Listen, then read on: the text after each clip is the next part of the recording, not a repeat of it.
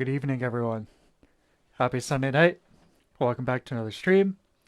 Tonight, we're going to be playing some Super Nintendo games. A combination of stuff I've played before, and stuff I haven't, and stuff I haven't played in a really long time. Like this game. So, let's get right into it.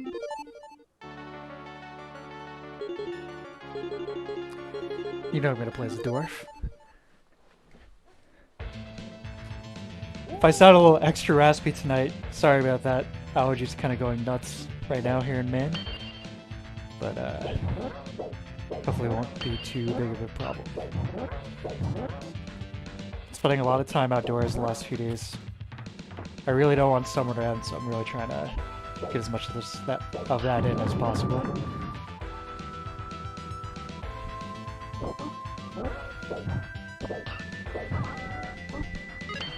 Malice, good evening. How are you?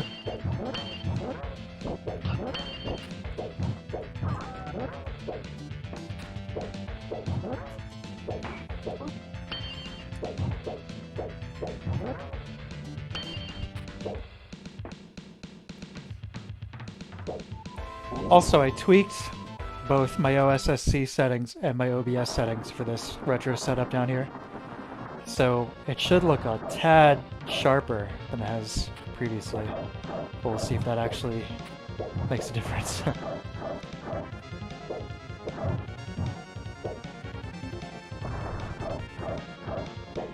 My ISP still hasn't sorted out whatever the speed problem is, so can't do any more 4K streaming till that gets sorted out, but that's alright. Got plenty of this stuff to do. But I have a lot of things planned for October, I'll tell you that. As I mentioned last time, we'll be playing a shitload of horror games and horror-themed games. I'm going to be streaming a lot more often than just once a week for October, because we're going to be playing lots of stuff. That was good, thank you. How have you been? Pretty good. Pretty good. Just finished up that album project, which I'm excited about. So, a few more things to finish up before that can get shared out, but excited about that.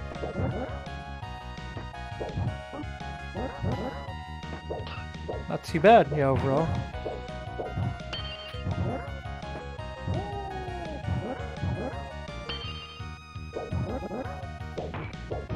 I just buzzed my head. Although that was more of an accident than something intentional. But so there's the change. I cut my own hair, and usually that goes fine 99% of the time, but I got a little distracted. And my high and tight went a little higher than I intended. So instead of having a mohawk, I just went with a full buzz. So, oh well.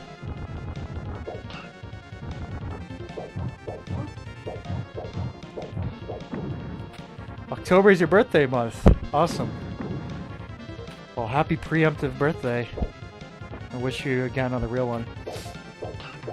But yeah, we were talking about last time, but we'll be playing lots of games, lots of horror games. Both retro stuff, new stuff, and everything in between. Oh, nice. Can't wait to hear it. Thank you. Yeah. It'll probably be a little bit, because it's just more stuff to get sorted out, but as soon as possible, I'll let you know.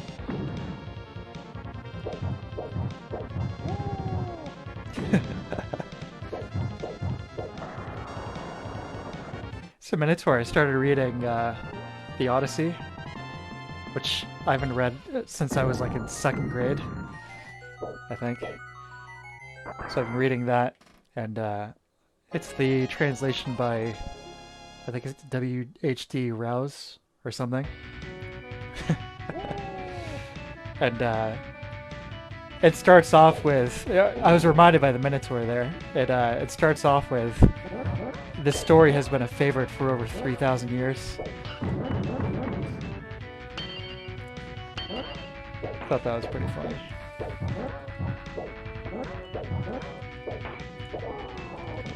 How many stories can claim to have that?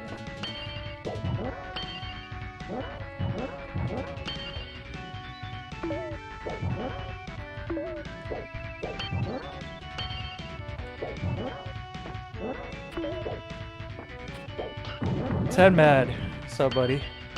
We should be playing this 2-player right now. This might have been on the list for a stream we did together a few weeks ago. I can't remember.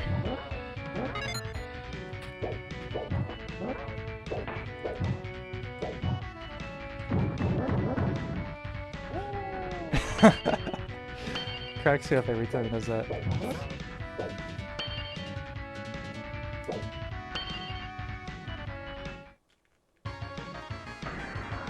Yeah, I remember this.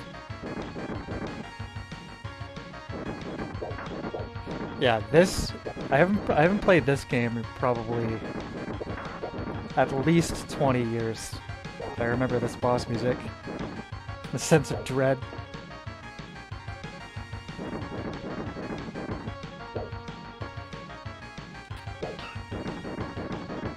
As far as other updates for this channel goes, I came up with an idea for the next proper video while I was in the shower the other day.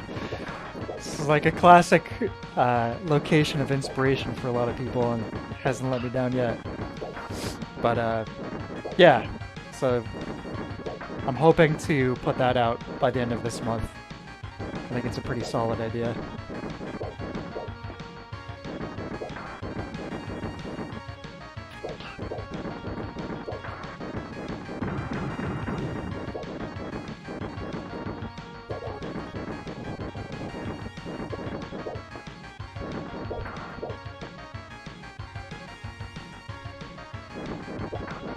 Also, I just ordered a G-SCART SCART switcher, so on an AV level, it's probably not going to matter too much for you guys watching, but for me, my setup, my like retro setup here, is a mess.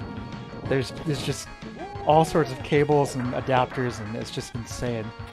So I'm going to just buckle down, spend some dough, and get a nice, simplified, clean SCART setup for everything. So that should be sick. Temmo, we played it before a couple years ago. Really? I don't remember. Was that at was that in Gorham?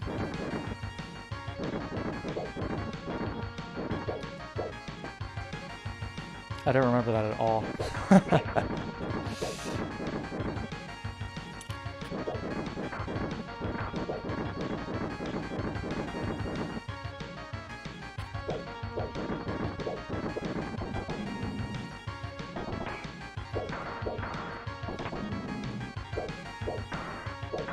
Needs Diablo.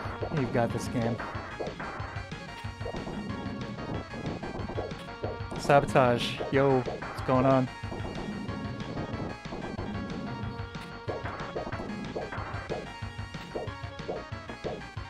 Just getting my ass kicked by this dragon here.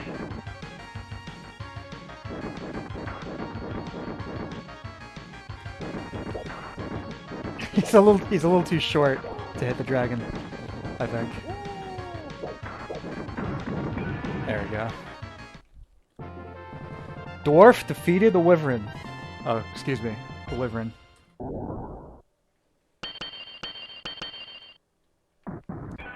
Yeah, we got some cool games lined up for tonight. Curve of Hydra.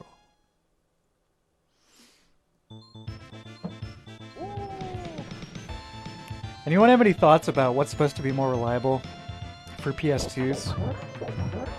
So I'm thinking, I've mentioned this a few times now, but I think mine is like pretty much dead. And I can't seem to find a straight answer about whether or not the old fatties are more reliable or the slims. I'm guessing in either case it's just going to be, you know, usage, but I wonder if there's kind of a trend for either overall.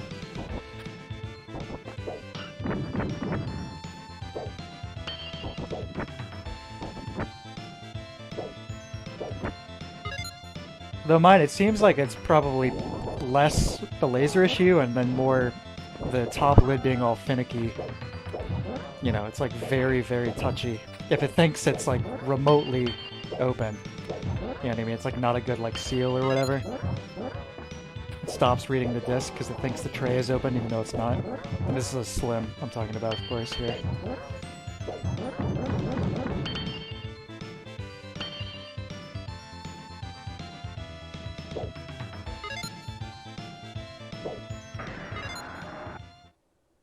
Capcom's golden age here. Like so many other companies.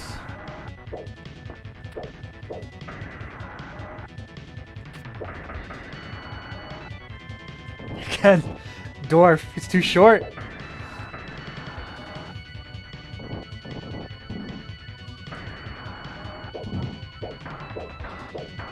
There we go. I'll tell you one game we're not going to be seeing tonight is R-Type 3, which is a game I've never played before that looked awesome. Everyone seems to love it. But I don't know if it's the current firmware of the SD2 SNES or what, but it doesn't work. As soon as the first level loads, the game just screws up completely. Graphics glitch out. Oh!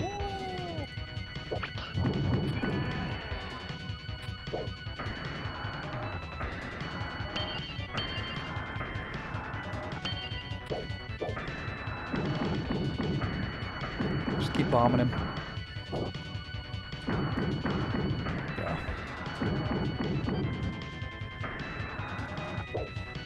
Smiles, yeah, mine has the same problem. As far as I know, that's the only problem with PS2s. Maybe a fat one would be best to get. Yeah, could be. It's just like, inevitably there might be an issue with the laser if it gets just too worn down, but you could replace that as well. Time out, we're playing the sequence. I have a silver slim. Yeah, I was thinking if I was gonna get a slim, I was gonna go that sexy silver. That is really cool. It'd go well with my blue translucent controller. You can buy translucent shells for all these systems now. It's cool. There's like all these aftermarket shells you can install. Turn them into frogs. So you can have all your systems be translucent in the true 90s style.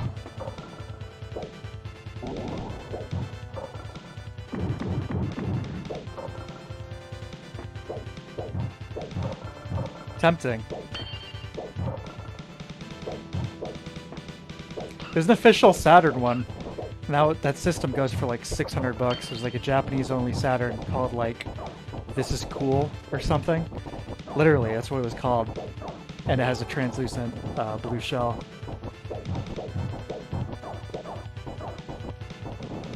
These fishmen mean business, huh?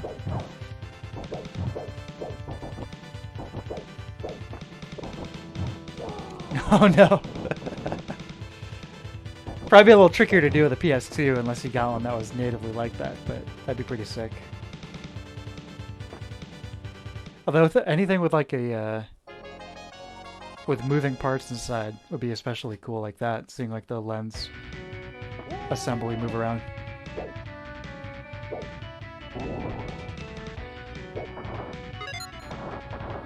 Time out, do I have a silver wait, do I have Shadowrun? I don't have the cartridge, but I do have the ROM on here, and I know very, very little about that game. I could try it though. I know jack shit about it, but I could try it.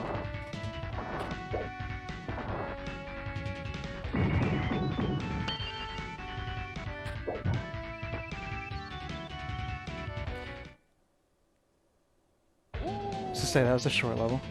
Hey, this is like the, for some reason I'm reminded of Titan Quest. How quickly that disappointed us, huh? If you guys haven't played it, Titan Quest is an ARPG like Diablo. And Nintendo and I gave it another shot a few months ago, and oh boy. It does not hold up, in my opinion. Yeah, Shadowrun, I played it for like 2 minutes. You know what I mean? Like I don't have a clue about the mechanics or how to actually proceed in the game at all. I should. Yeah, it does seem like something I'd like.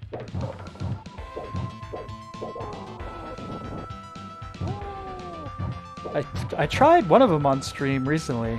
I think it might have been the Genesis version though. Yeah, we could give the SNES version a shot. It is on this SD card.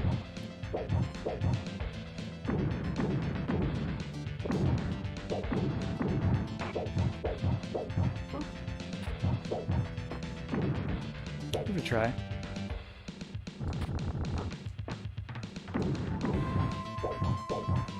To mention, I watched, I told you I watched Once Upon a Time in Hollywood again a few nights ago.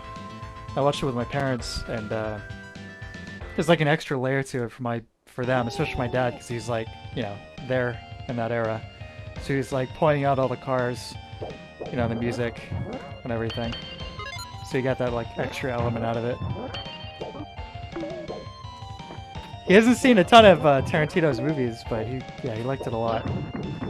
When the credits started rolling, he's like, that Tarantino guy, he's a genius.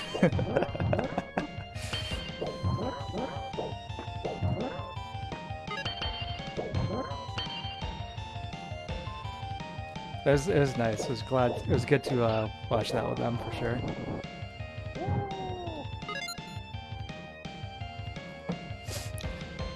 So Nintendo, have you beaten this game? How long is it, if so?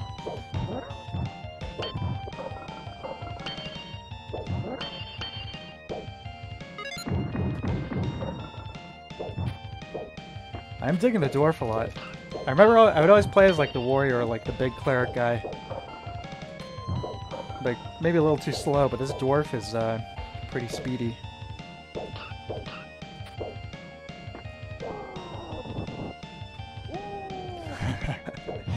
Yeah. Yeah, he's like, there's a push. Classic. He had whatever Brad Pitt's character's car is, the like shitty convertible. He had that.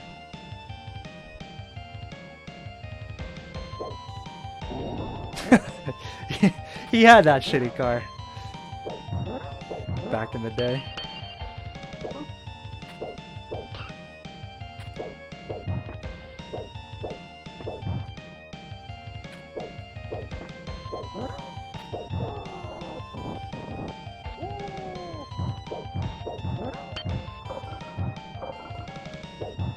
I think we've talked about it before, but the meta element of Cliff being Rick's stuntman, but it's like also present in the actual film's plot itself. It's like literally while Rick is on set acting, Cliff is actually getting into danger and like getting into these like, you know, dangerous situations at Spawn Ranch and whatnot.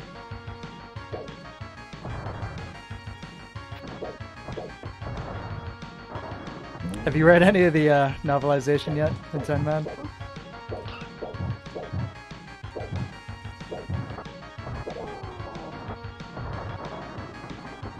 Sabotage, this game looks beautiful. I agree.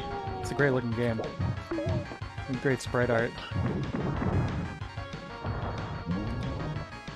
This might be hard to tell, but do you guys think this looks any sharper than previous retro streams, like as far as just like pixel sharpness goes, overall clarity?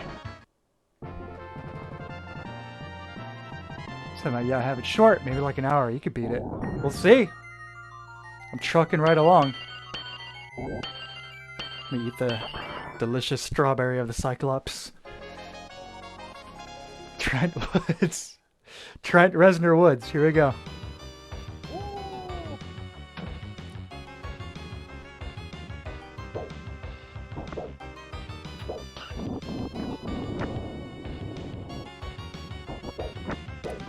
That's a little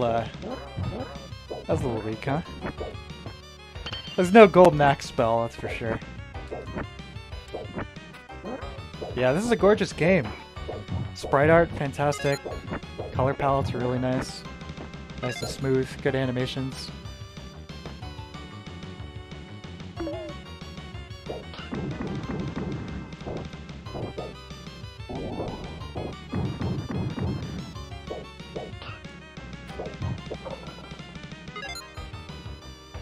Yeah, I needed a game like this to kick things off tonight.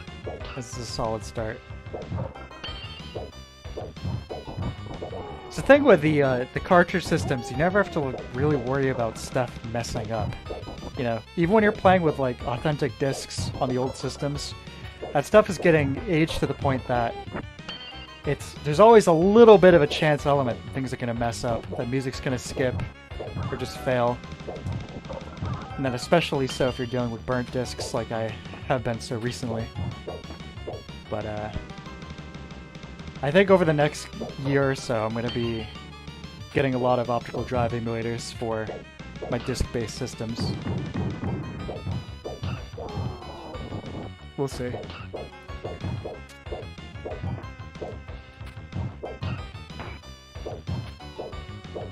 PS1, PS2, Dreamcast, and even the Saturn, probably.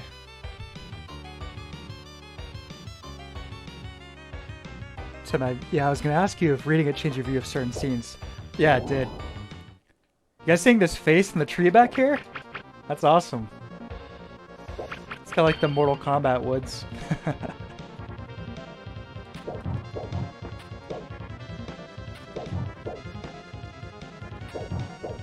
Hey, this is kind of like the boss in King of Demons. Except not so ball-bustingly hard. Whoa!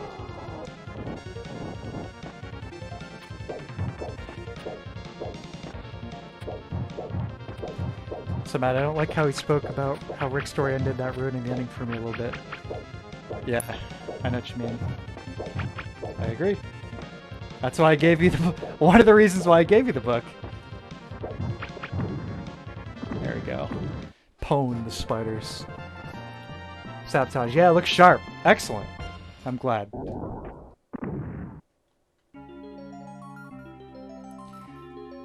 yes. Oh, thanks, buddy. Wow. That's really the dialogue. That's like I was gonna make the joke, but all right. Thanks, buddy. Give me that golden axe, girl.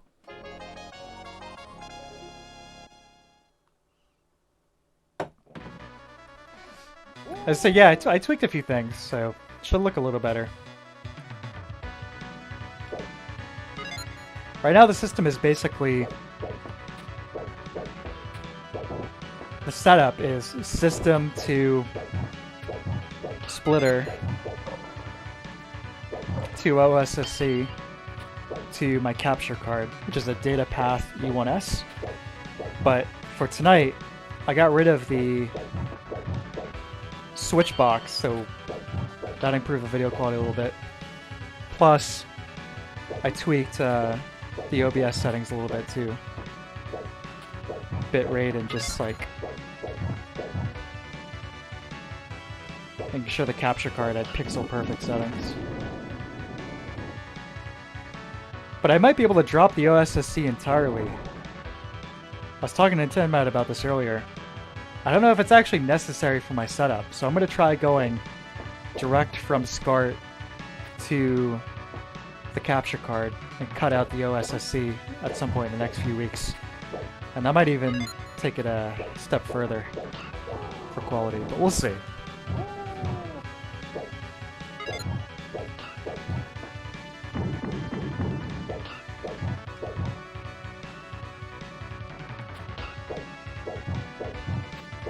Yeah, these backgrounds are beautiful. I had a conversation recently with another friend of mine who, I don't know how we got on this topic, but we were talking about sprite art. And he, I don't know if he had an axe to grind on the topic or something, but he is saying that all the like the modern sprite art games, like pixel art, indie pixel art games, all look miles better than these classics because they have so much more technology available to them, greater resolution and post-processing effects and all this other stuff. And he's like, so you could take your nostalgia, your rose-tinted glasses, you know, it's like, you know, is this something you've been wanting to say for a while, dude? I don't know. I mean, obviously that's true. Like, they have a greater technological canvas, but that doesn't necessarily mean that the artwork itself is better, you know? It's like, as nice as that stuff is, I still haven't seen sprite art as nice as something like, you know, Street Fighter 3 Third Strike in a modern pixel game. Blasphemous looks really good, but even then, you know, it's like, yeah, it's on the level of something like Symphony of the Night, but it doesn't surpass it. That's just me. It's all opinions, of course, but it's just amusing. You got you got pretty heated out of nowhere.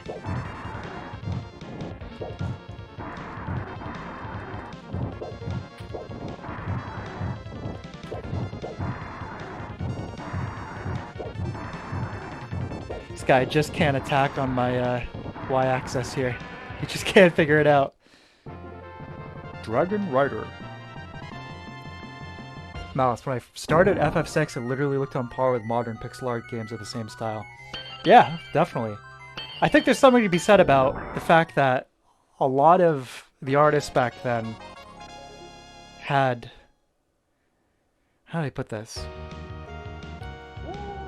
When you're employed in a professional environment, and maybe you've come up over like the last like few years, and you've gone from arcade or NES, like 8-bit titles, to 16-bit, there's a certain pathway which I think encouraged maybe deeper understandings of the tools and art that you were working with, versus a lot of these indie games, which, no offense to them at all, there's tons of them that look great, but these are things being made by people in maybe their spare time.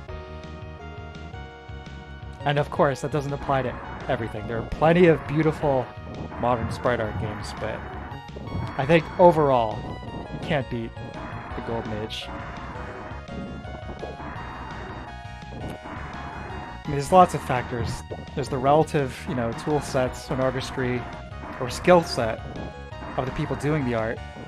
But then there's the fact that, you know, they're working for a large corporation which is providing them with a budget, you know, and resources to do it.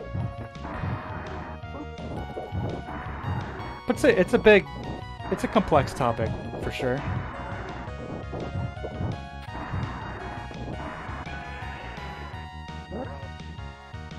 So, you can see here an example of the classic video game, take a former boss and turn it into a regular enemy to increase the stakes thing.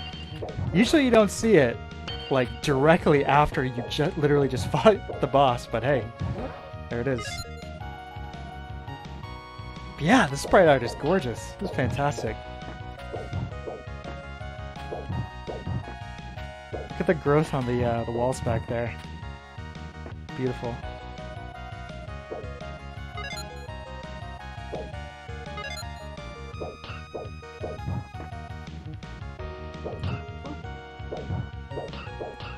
Yeah, I don't know why I've slept on this game so long. This really kicks ass.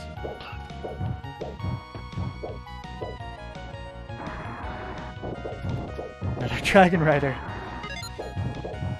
See, this is the same Dragon Rider from Dark Souls 2, except in his glory days, when he was actually kind of a badass. Before he had to hang out in Hyde's Tower of Flame, just eating Doritos and drinking Mountain Dew all day.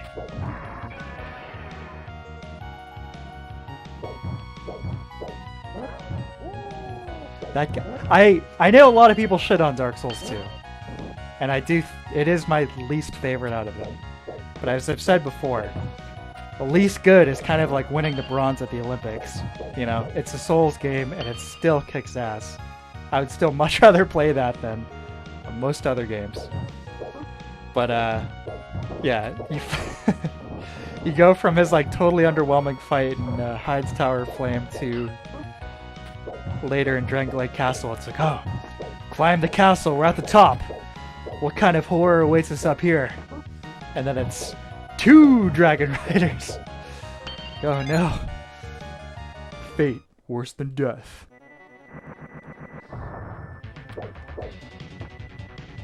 Like Nishanda's creepy little cameo there. It's pretty cool.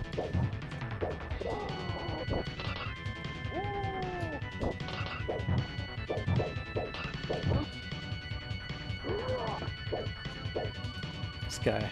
Talking about Dark Souls. Now we get our humanoid fight. This is Rame from the Iron King DLC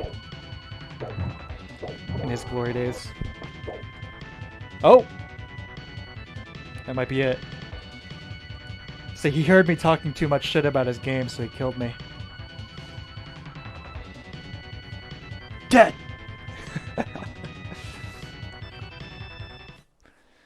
Tim, what's that other game where you literally climb the levels of the dungeon? I don't know. It could be a few. Sabotage, you should make a video of your most anticipated games. I could do that. It might be kind of a short list, though. It's like Elden Ring, SMT5,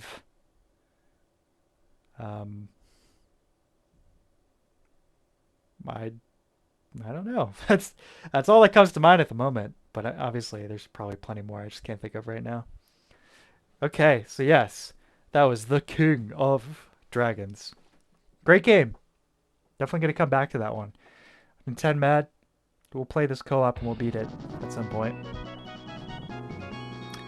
So let's see. Next.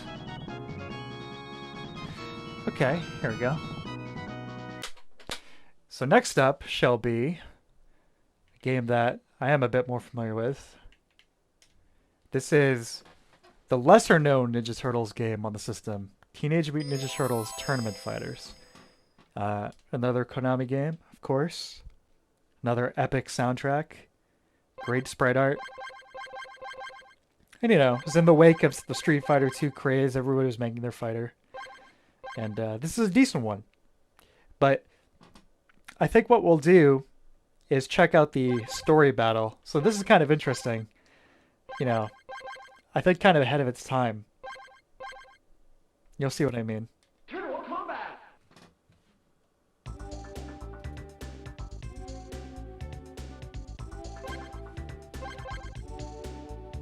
Mouse, just strafe left, bro. If only I could strafe. Sabotage. Yeah, I'd imagine it'd be short. Yeah, pretty short. Probably like 3 or 5 games tops. But I could do something like that.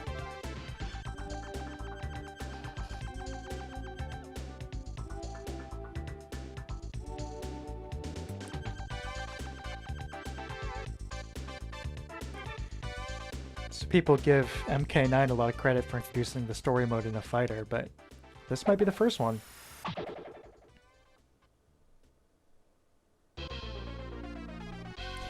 For some reason, when I was a little kid, that scared the shit out of me. I don't know what it was. Combination of probably just the music, but that close-up graphic of the weird turtle hands grabbing the letter. Tough to explain. I mean, I was like 6 years old, so...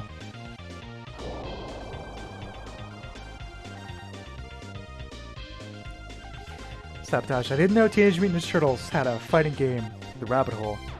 Yeah, so to clarify, the regular like fighting mode, the tournament, you know, your regular like campaign, if you want to call it that, you know, arcade mode, you can play as the Turtles plus like 6 or 8 other characters. But this story mode, you can just play as the Turtles, and there's like this plot, you know, with cutscenes and all that good stuff. It's pretty well done, you know, for what it is.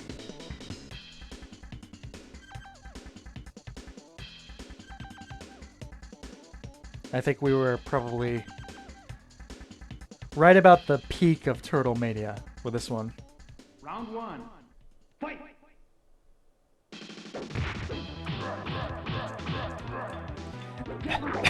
Excuse me. There's some randomization to it as well with this like story mode. Like you don't always start with this guy.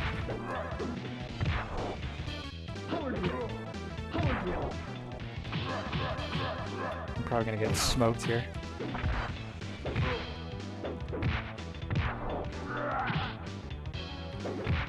Maybe should have tweaked the difficulty a little bit. We'll see. Yeah, it's all the standard Street Fighter moves and whatnot. Kind of like a quasi widescreen display going on here too. Obviously not true widescreen, but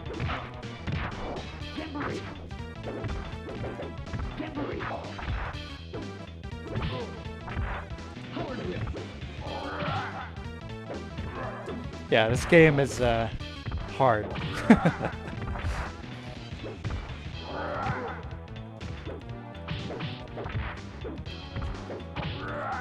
Challenging. Yeah, we're gonna tweak the difficulty a little bit here. It's getting smoked. See? They even talk shit after the matches. Perfect.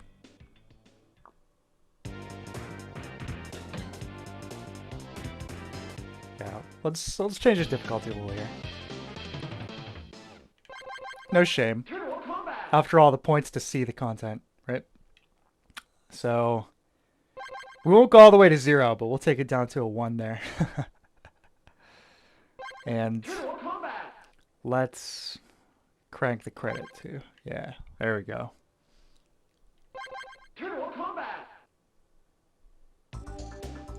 We'll play as Leo too. He did me good in Turtles in Time a few weeks ago.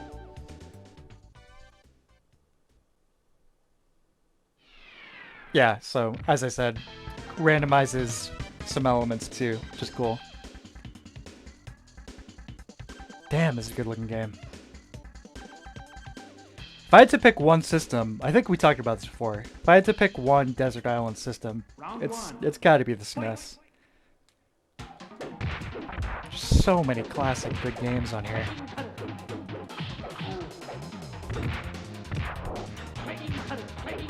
Yeah. So beyond the difficulty, I think I know Leo's moves a little better, too.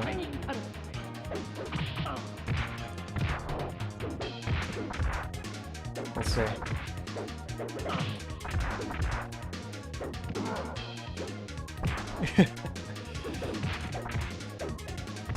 So yeah, all the characters we're going against in this story mode, you can play in the regular tournament mode.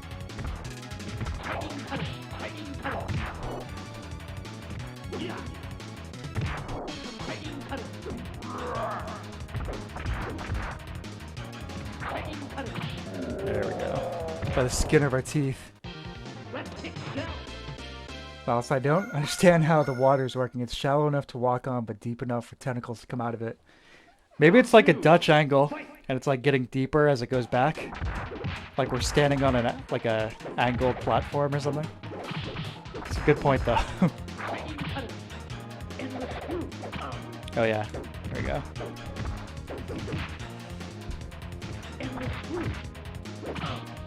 There's Rocksteady back there.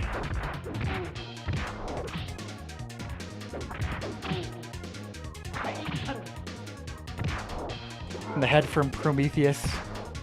Oh, there's Rocksteady. I mean Bebop.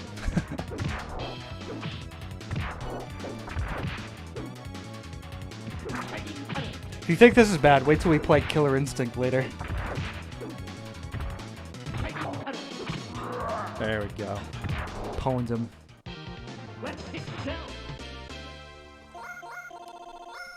Time out. My Desert Island system is PS3 60GB backwards compatible. All the best PS3, PS2, and PS1 games galore.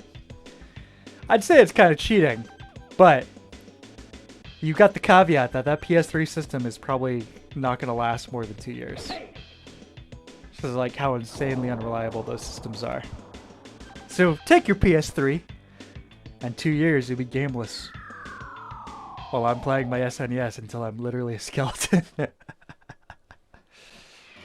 Or my Desert Island. Okay, here we are again. Yeah, let's take a good look at this water. Okay, I think I can answer your question, Mouse. If you look closely, it looks like there's a platform under the water that we're standing on. Maybe like a wooden platform. That doesn't extend further back than like another foot or so. Hey, this is Konami in the 90s here. They're professionals, right?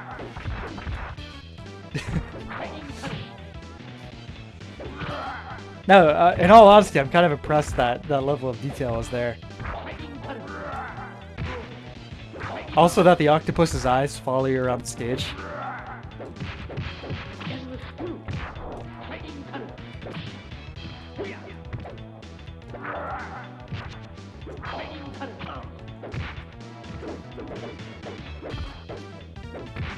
Yeah, Leo. Maybe the most boring turtle, but definitely the most badass of them all. Maybe except for Ralph. No! Oh, close one.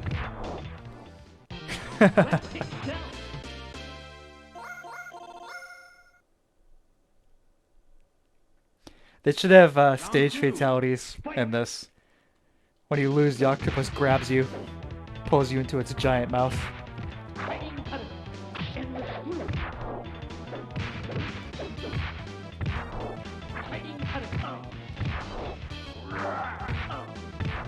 Alright, now I'm getting cocky, I gotta focus.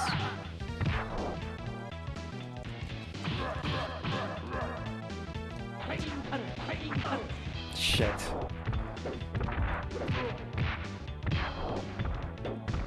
Yeah, the second easiest difficulty setting. Oh my god.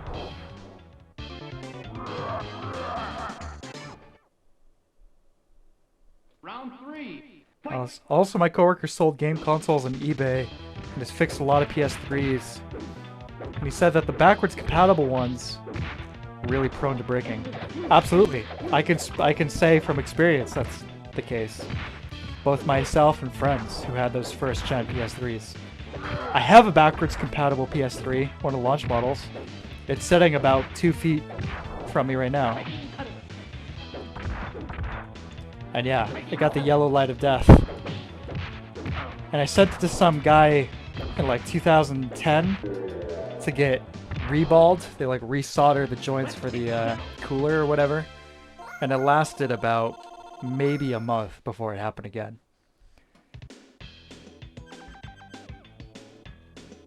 Yeah, you gotta treat them like glass. Also, just because of that specific issue, I think it might be better to keep them horizontal versus vertical. Because like the GPUs get so hot that it actually kind of starts to what's the phrase here? Loosen up that solder, basically. And if it's vertical, that means it's going to start to slide vertically, literally. And as soon as that happens, the GPU senses that the thing isn't like providing the proper cooling. That's how you get that yellow light of death. Let me shut up for a sec so you guys can hear this guy's soundtrack.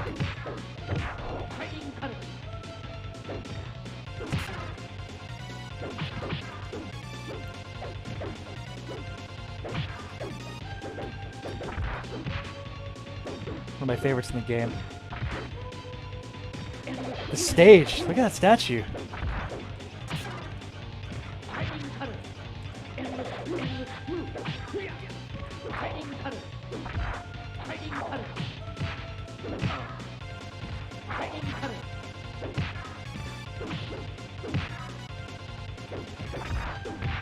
It's a little deep Turtles reference for you back there. It's one of the teenagers from Dimension X. And if you know what the hell I'm talking about, you're cool.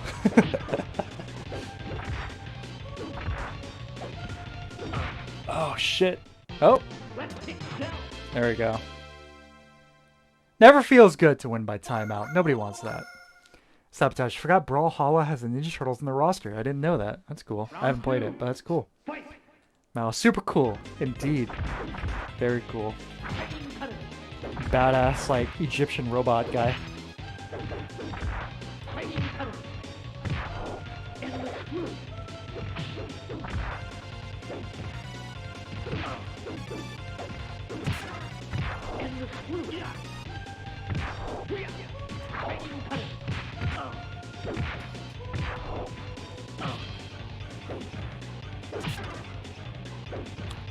I want to make it to the rock concert stage, at the very least. That one is super cool. Great sprite art, great music. And the character whose stage it is might be my favorite in the game. Oh!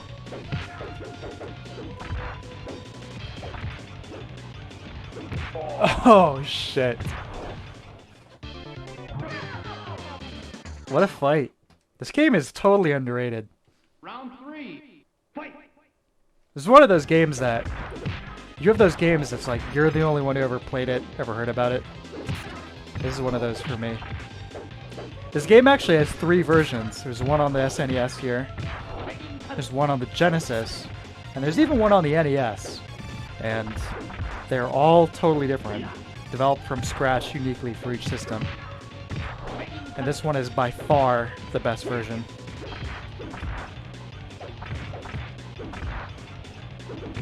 Shit! Oh man, I almost pulled a flawless victory on that guy. Oh well.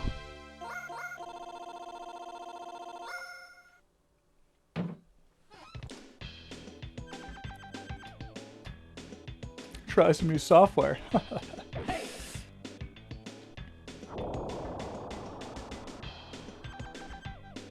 Metalworks. Oh, this one's sweet too. I believe this is Shredder stage. Oh yeah.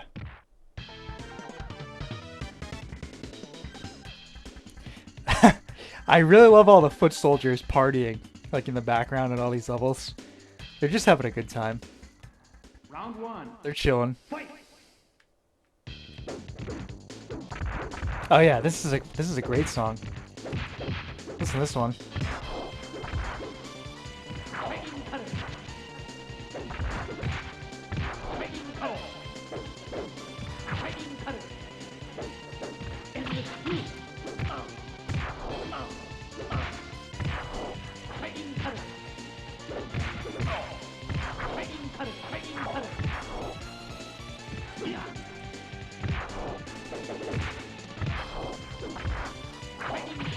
Oh yeah. Let's kick shell, baby. Yeah, I've still got the cartridge for this one too. Although, unfortunately, I have a really hard time getting it running these days. Might just be a dirty connector. But got it here on the flash cart, so no problemo.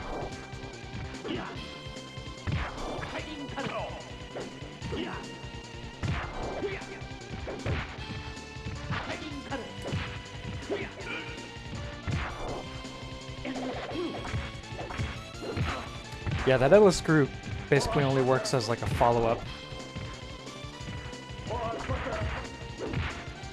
Ooh, Shredder coming back. Oh, look at that. His health bar is empty. What the hell? He's got like 1 HP. Round 3. Fight!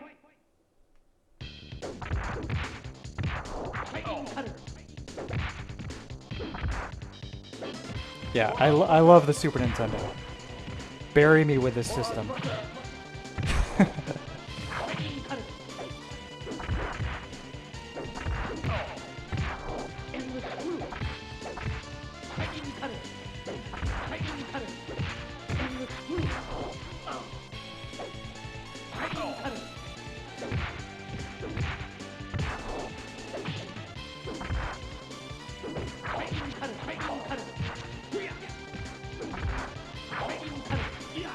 There we go. Shredder, the beast.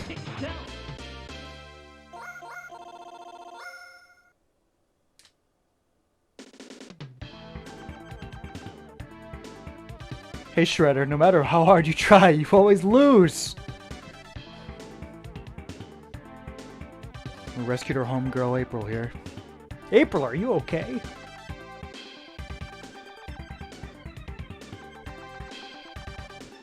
Thunderdome. They took him to Thunderdome!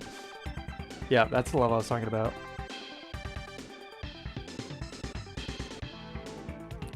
What is Leo saying? Fighting talent? Lightning Screw, I think. Shredder, more like, get better.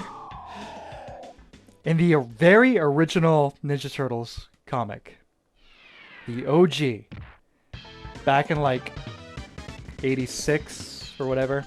They kill Shredder. They literally throw him into like a trash compactor or something. And the issue. Round one. And then Raphael's like, looks like the Shredder has been shredded. But they obviously retcon that pretty quickly. Yeah, this is the stage I was talking about. Look at this. Look at this level.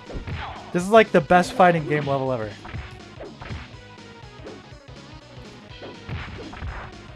Look at that guy, quote, playing guitar back there.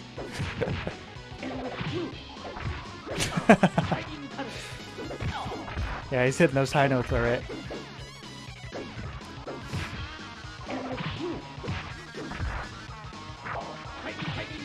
But yeah, Wingnut here. He's probably my favorite character in this game. Oh shit.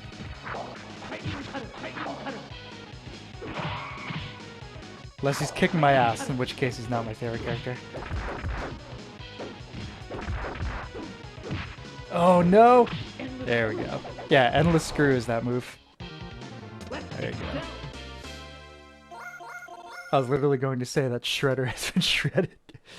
We've gone from Shredder being shredded to a guy literally shredding on stage.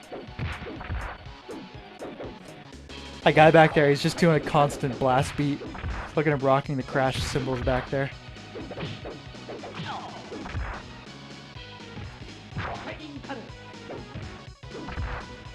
Yeah, this game kicks ass.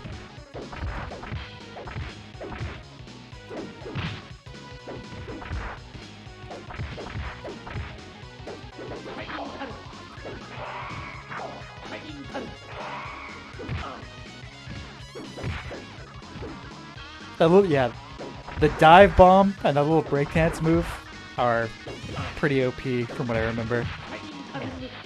At least like playing against my friends in this back in the 90s.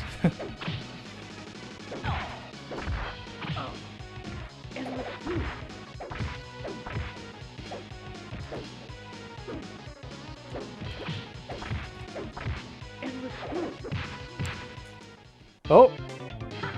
Damn. Bass player playing one note. Yeah. Round three. Fight.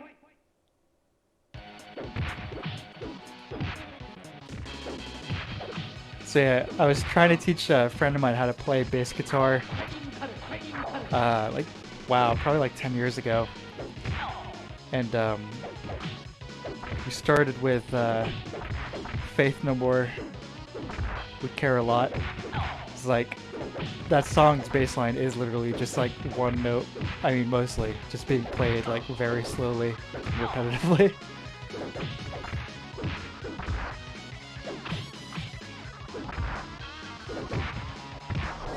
There we go. Yes. Excellent. This looks a lot like the club from Snatcher. You guys have played that. You can meet all the other Konami characters hanging out.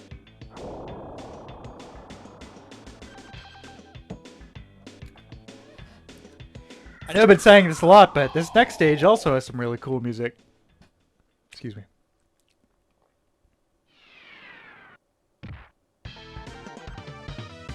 Turtles, kneel before me. I'm not going easy on you just because you're a woman. Round one. Fight. Yeah, this music.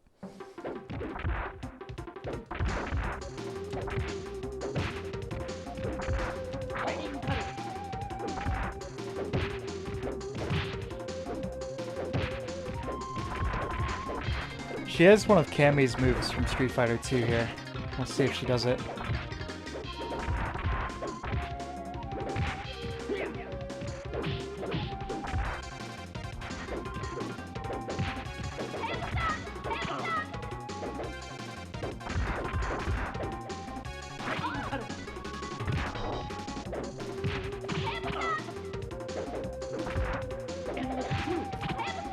Oh god.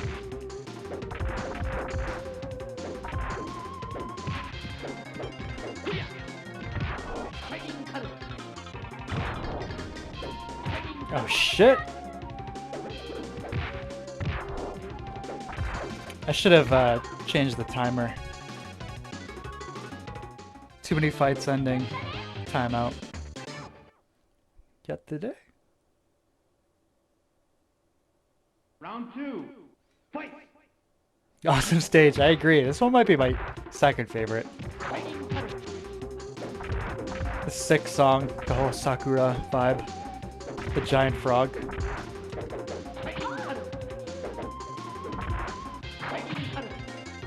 I think, I could be wrong, I think if you throw people into those pillars there, they explode.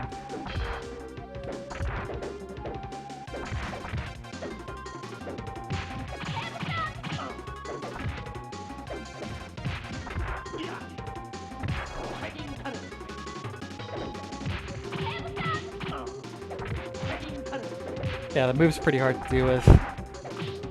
It's kind of like, what's his face from MK3? The guy with the mask. Can't remember his name at the moment. He has a similar a spin move with like 0 startup that just does an insane amount of damage. Shit. Ooh!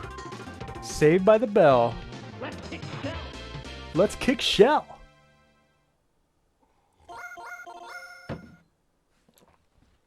I remember Ramones songs being extremely easy to play. Round 3. Yeah, definitely. Definitely. Yeah, Ramones, not super musically complicated, but that's okay. Not everything needs to be. A lot of punk stuff is really, really easy to play.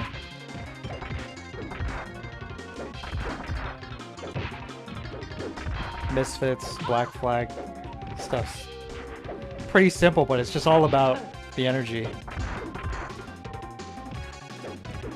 I did a Misfits show a few years ago for Halloween. I played drums, and God, that was awesome. Just like, got a ton of people in there, just like going ape shit. It's a Halloween show. It's a nice memory. Alright, so what you want to play? Here we go. Shit. Oh! Oh. Mouse. God, I love Misfits. Oh, me too. Me too, buddy. Me too. Danzig era, of course, but the songs are near and dear to my heart. We'll give this another shot.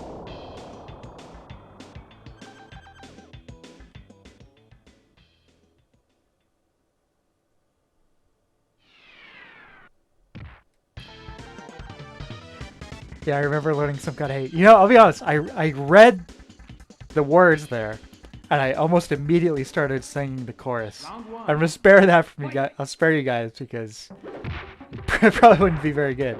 But man, Danzig, insane,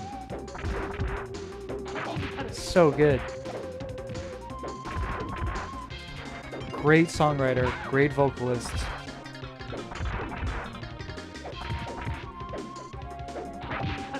It's like all these songs too. It's like they're not only extremely catchy and good. And yeah, it's like thematically, like on surface, is like, you know, they're about like monster movies or like it's kind of like B-movie topics or whatever. But they're pretty clearly, very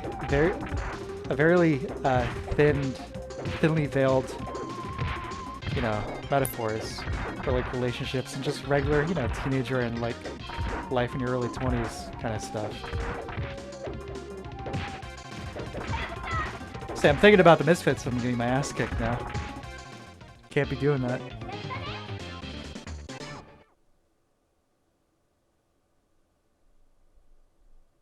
Round 2. Fight! But no, I'll sum it up. Yes, I also love Misfits as well.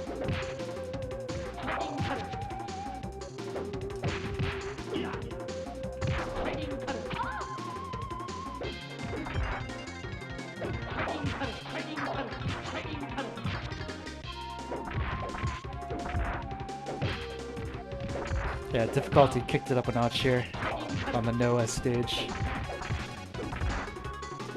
Or is it just no stage? I don't know if the H is silent.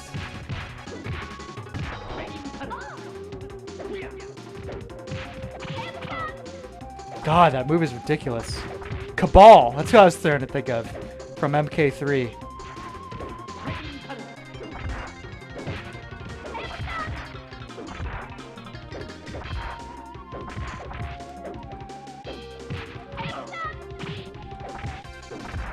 Damn, who's got more health? Just slightly more. Slightly more. Round 3. Fight.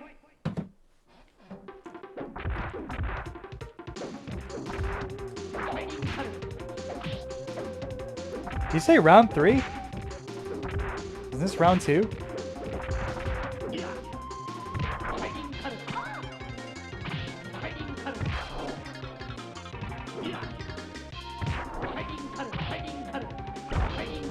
See, I don't want to just keep spamming that and be lame, but we gotta do what we gotta do. So, but going back to the punk music I used to listen to, Misfits is the only one that 100% held up for me. Definitely my favorite out of that scene, for sure. Final round. Black Flag's close.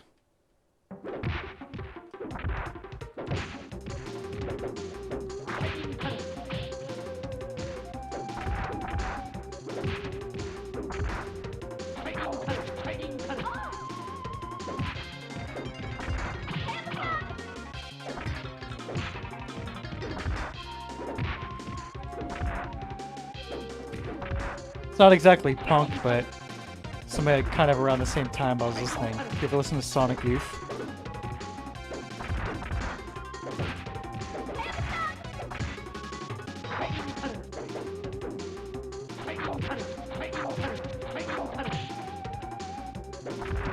Because they are also fantastic.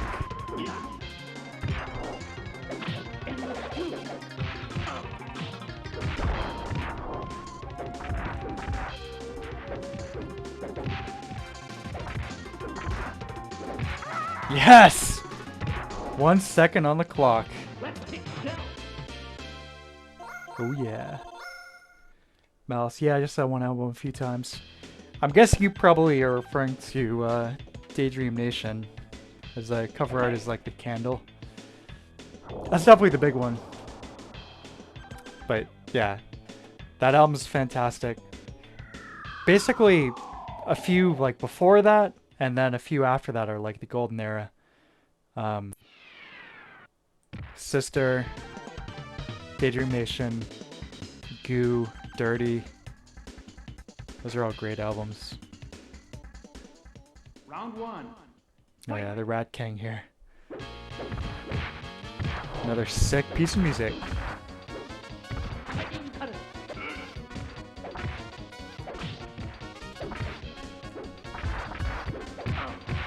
That animation is a little lazy there.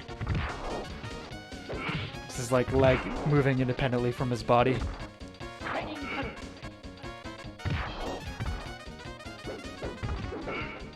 This guy's like Duke Nukem in disguise. You said what, baby? Oh, so look it up. It was Goo. Yeah, Goo's a great one. Round 2. But you should also listen to those two other albums, Daydream Nation and Sister. Oh, the other one is Evol. E-V-O-L. I would say Evol, Daydream Nation, and Goo are my favorite 3 Sonic Youth albums. They're fantastic. You won't regret it.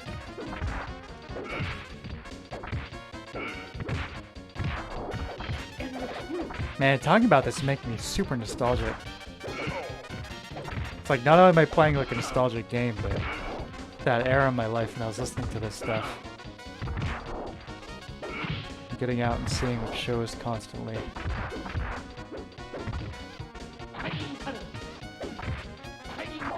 Good times. So this guy basically is like the M. Bison moveset.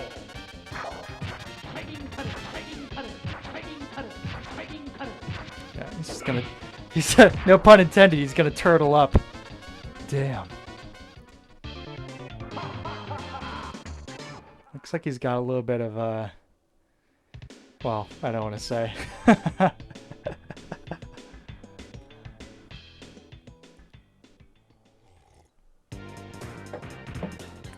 Alright, we'll give this one more shot. If I don't beat him on this try, we'll move on to another game. Because I do have a few other games lined up for tonight.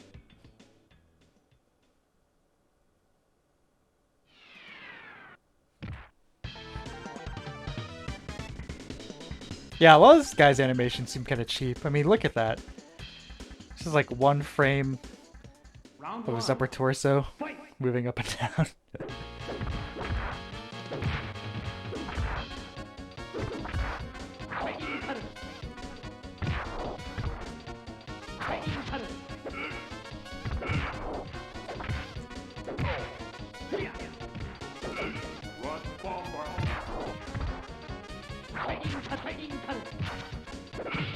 Damn.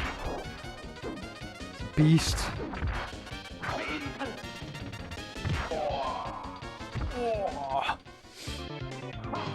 At least the turtle death sound is satisfying. Round 2. Fight.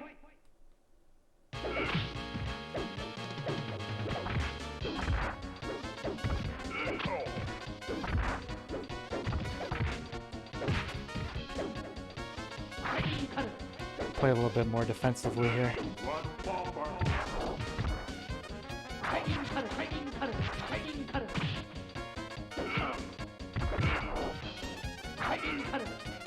Holy shit!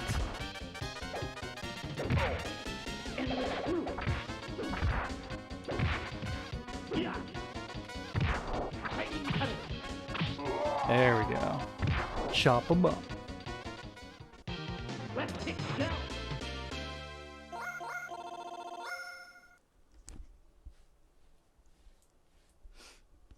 Round 3. Fight.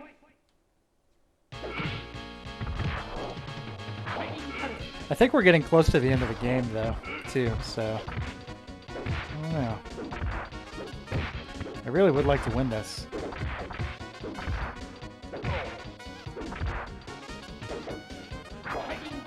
It's just like thinking about the roster we've fought through already. Obviously, we're not fighting the turtles. We've gone through a lot of them so far.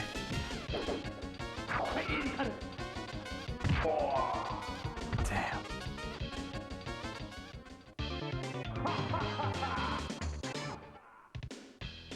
I'm gonna give that another shot. I feel like I can take that. I can take him out.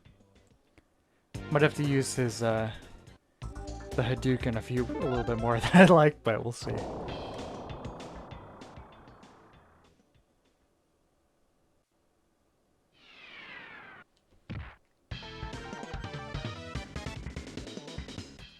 Round 1. Fight.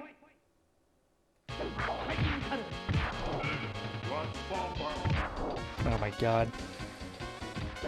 So I heard you were getting confident.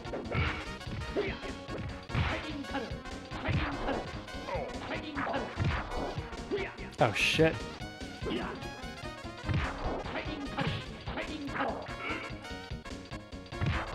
He just phased through it.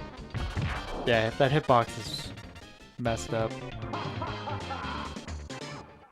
Yeah. Round 2. Fight.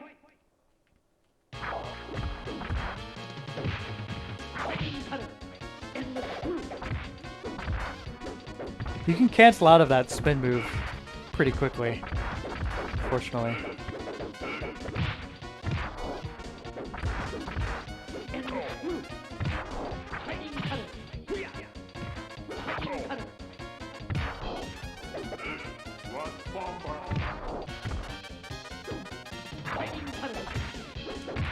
Oh my god!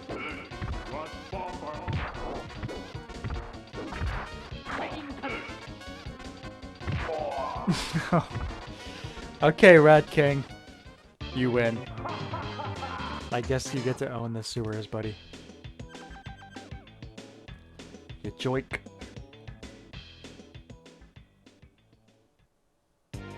One more try. We got one more credit after all. One more try. I think I can do this. Not gonna let this punk take us out.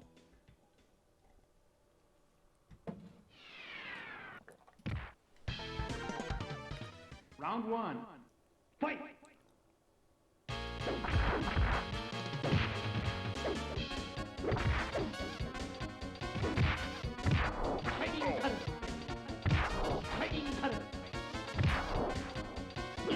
Yeah, that projectile move is like they like don't block it half the time. What the hell?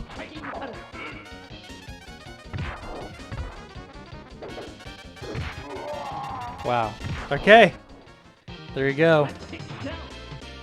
That's your golden ticket, I guess.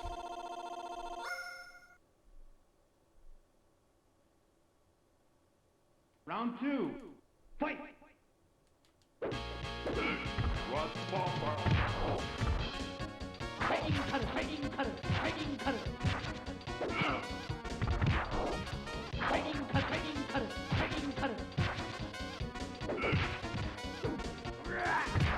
Does okay chip damage too.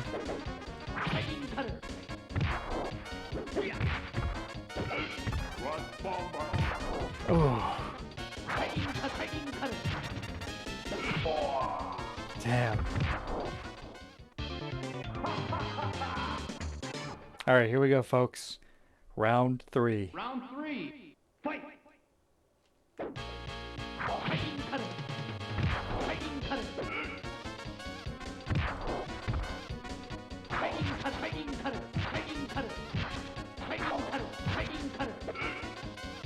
Okay, did you see how far away he just grabbed me? That was a little bullshit.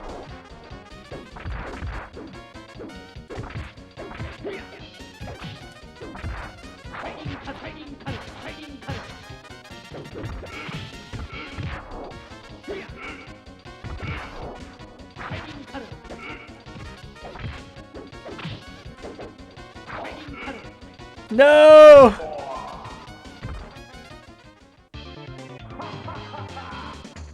So when you're struggling at a boss, start to cheese and stuff. It's just easy mode.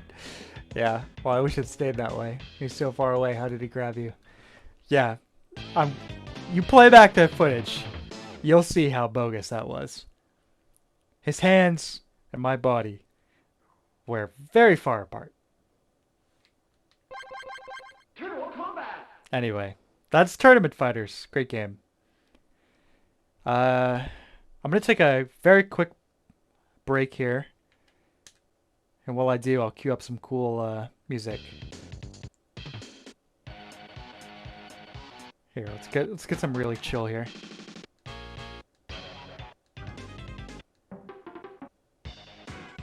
There we go. Listen to the Noah stage. I'll be right back.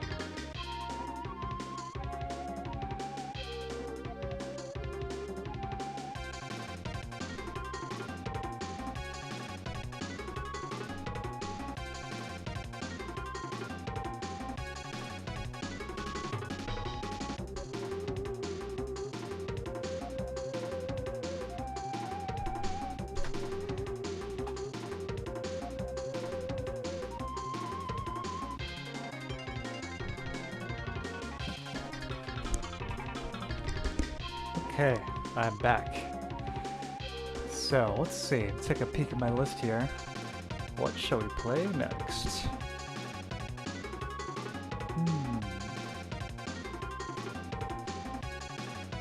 I know. So it'll be another big change of pace.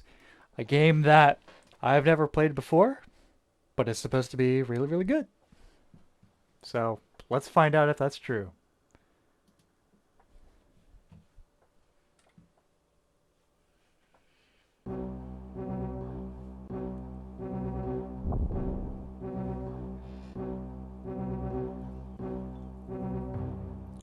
Another licensed property here from another reputable game developer.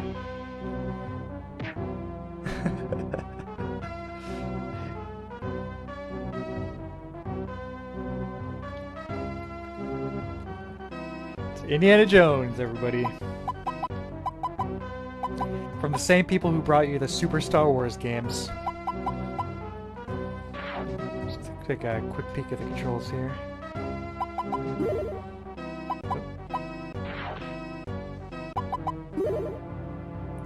Jump, weapon, roll, grenade.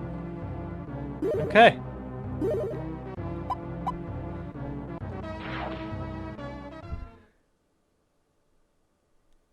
Kino Studio credits, yes. Excellent. I'm excited. I'm really excited to see this. I've never seen it before. Definitely seems very high in the AV presentation department.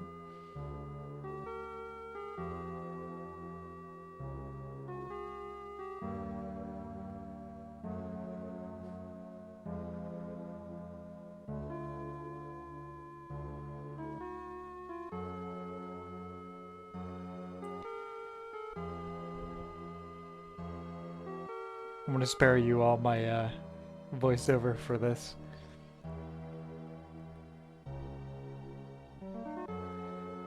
They did a pretty good job with the frame capture here. Downsampling to SNES qualifications. Looks pretty good.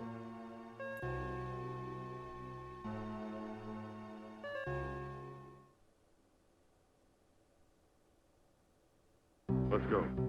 Let's go. Yeah, look at this. This looks great. Look at him go. I don't think we have a time limit. Kick some leaves around. Oh yeah. Simon, eat your heart out. Got some grenades. Take the bats out with the grenades.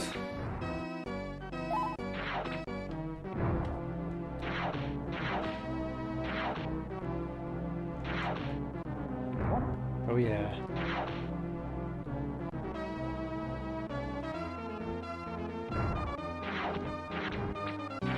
Yeah, this is looking pretty good so far.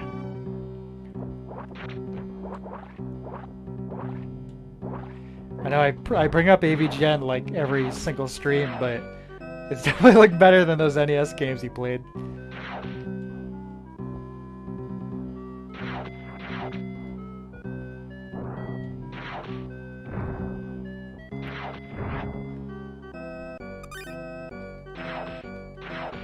We could still punch if we wanted to.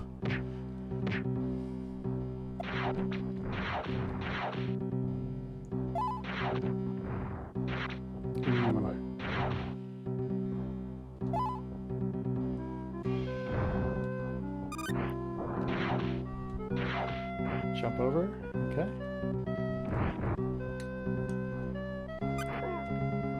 You gotta hold down jump to the full jump in this game.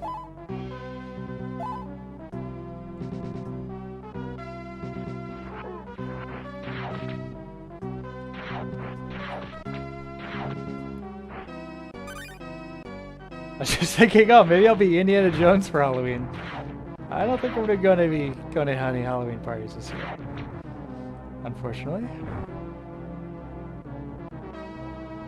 Yeah, this is a great looking game.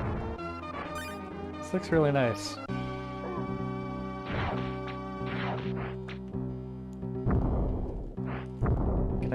up the idol?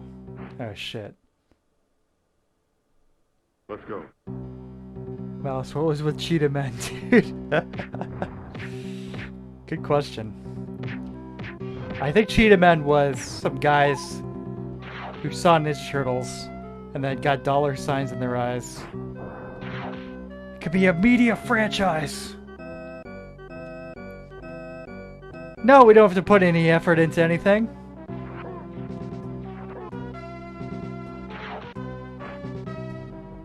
Alright. Yeah, this looks and feels a lot like those Super Star Wars games, which I guess makes sense because it's the same developer.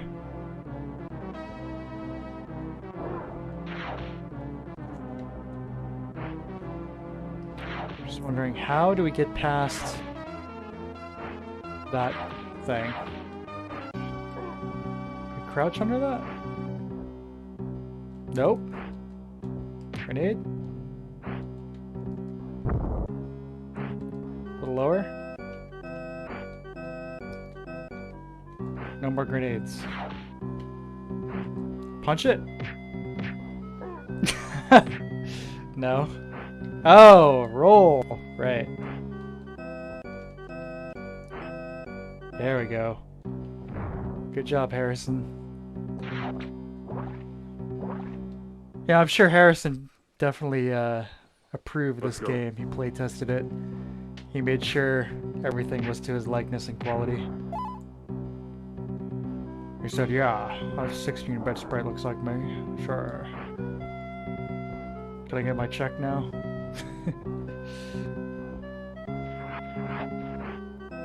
There we go. Indiana Jones speedrun. Let's do this.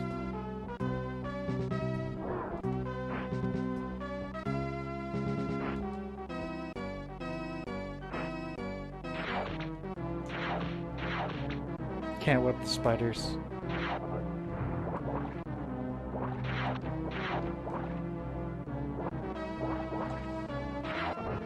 I was sure it'd been a Star Trek game like this with like the OG crew. Like I know there's like that NES game, but man, that is not really what I mean.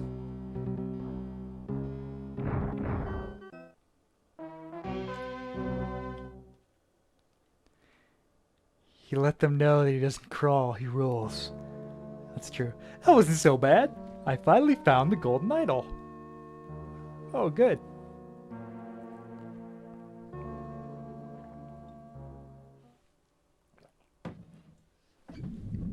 Let's go. We're gonna run from the boulder now.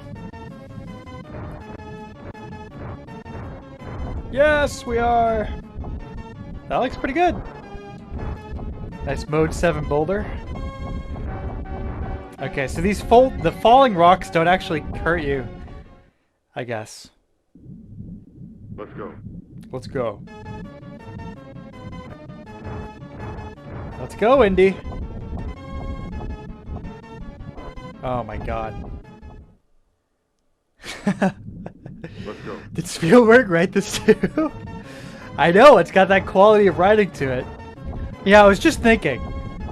That's what Raiders was missing. You need to know what Indy's thinking.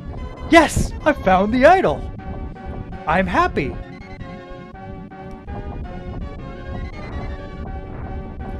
Okay, this part kind of sucks. I'll be honest. Can I whip the boulder? Nope, you don't have to whip anymore. I've lost it.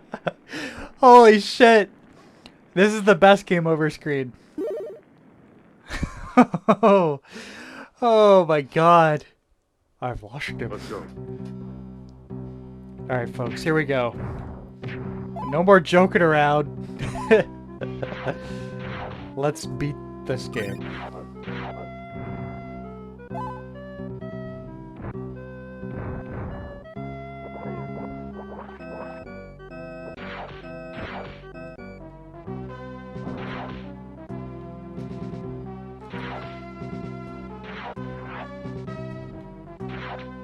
Do I have to whip these guys? I mean, they're just kind of like defending their sacred artifacts, right? feel a little weird about whipping him.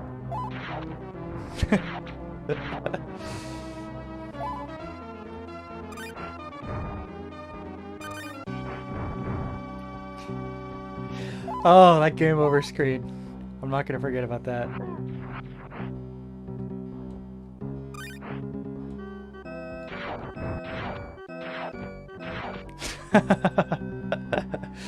I've lost him. My son. You mean I'm in a Super Nintendo game? Oh shit. Yeah, I keep forgetting about that roll. You can only do it when you're already crouching, which is a little strange. But... oh shit. Let's go. Let's go. Alright.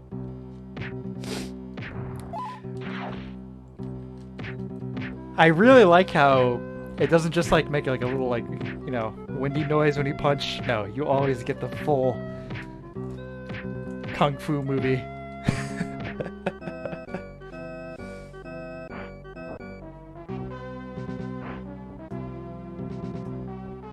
I've lost him. I watched Thunderball a couple nights ago, somewhat coincidentally. I think that's right about the point where the Sean Connery Bond movies start to get a little over the top.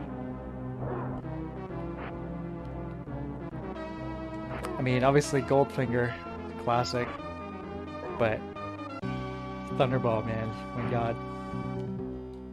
The very end, where he's like jumping out with Domino and the scientists are like jumping out of the speeding yacht that's like going towards like the reef or whatever. He's like, but I don't know how to swim. It's never too late to learn. And he just like throws him out of the boat.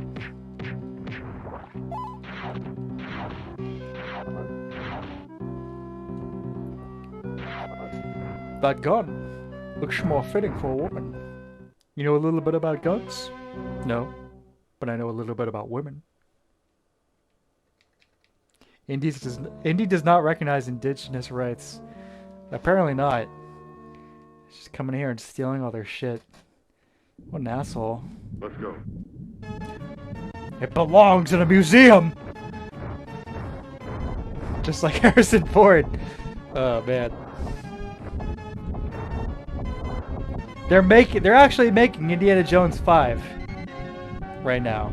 Although filming has been postponed because, and I'm not making this up, Harrison Ford broke his hip or something while filming. You know, because he's like a 75-year-old man. And I'm not hating on the guy, but come on. You think 75 is a little old to be making an Indiana Jones movie?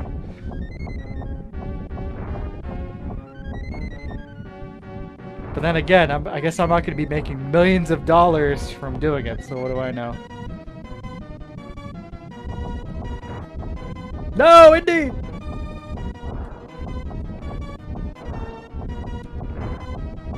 Yes!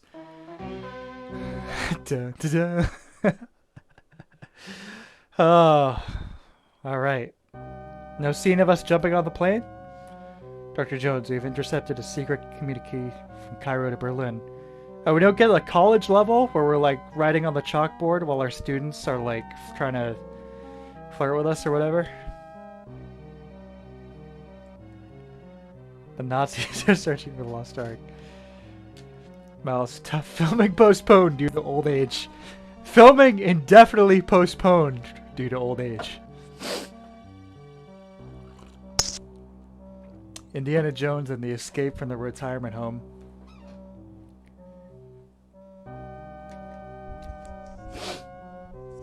Ah.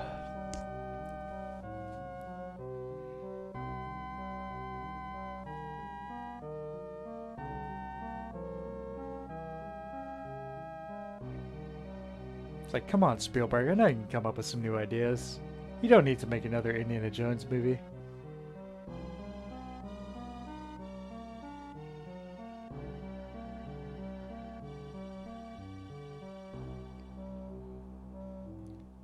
We think Miss Ravenwood works for the Nazis.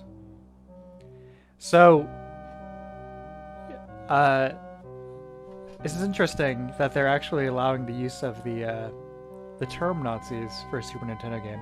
I only say that because I know with certain things like Wolfenstein 3D, they weren't allowed to depict the swastika at all. Although maybe that's a different case. Maybe that's the same thing with this game. No swastika, but you can say the word Nazis.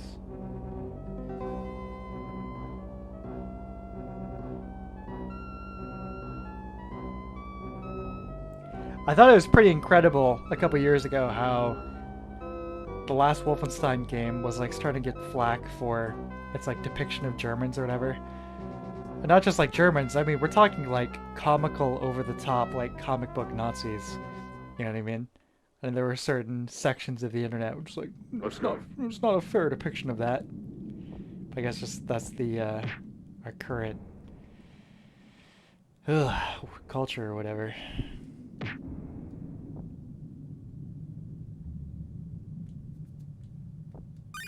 Let me say it unequivocally, alright?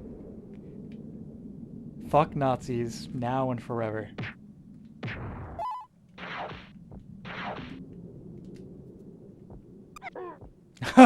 Somebody left a bear trap here! Top of Nepal.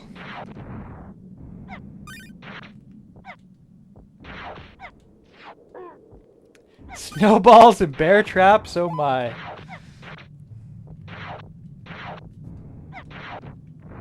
At least the sprite art looks good. Indy!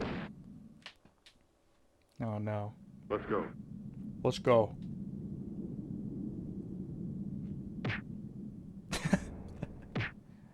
That sound effect.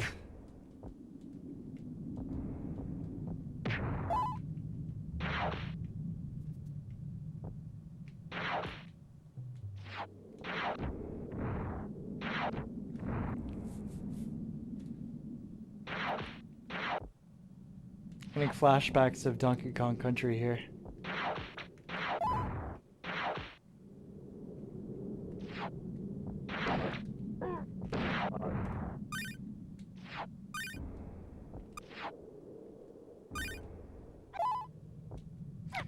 I wonder if there'll be a stage in like the burning bar. There's gotta be, right?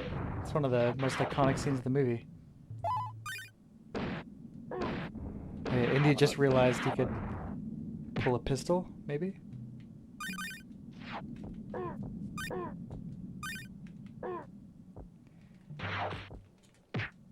Can I punch the snowballs? I can.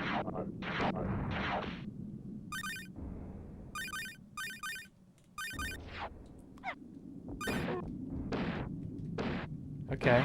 You can roll over the bear traps, I guess?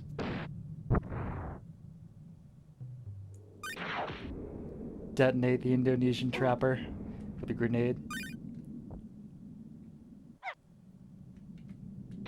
Sounds like my cat. Oh, speaking of, Malice, if you're still here, the, oh, you are still here. Ah, snow, it hurts. My, cat with his cast. When I woke up this morning, I came out of my room, and I saw him walking towards me. And it was like a movie moment, because it looked like he had 5 legs. You know, I saw 4 legs, but then I also saw the cast, like, still on him, walking towards me. It was a full-on, like, rub your eyes, like, Warner Bros., like, double take, like, huh? What? But he somehow managed to pull off his cast in the middle of the night, but it's like, it was still sticking to his, like, thigh? So he just had this cast, which had retained its shape completely, hanging off of him. So it looked like he had 5 legs. Oh, that was sketchy.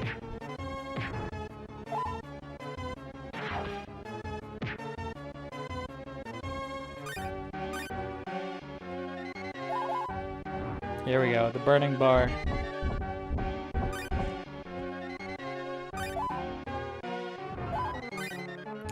Kind of disappointed we didn't get a mini game of Marion like drinking that huge Russian guy or whatever under the table.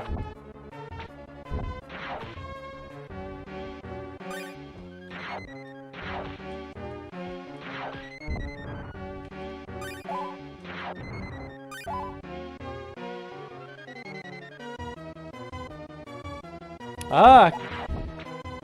Talking about Castlevania, we can jump on stairs.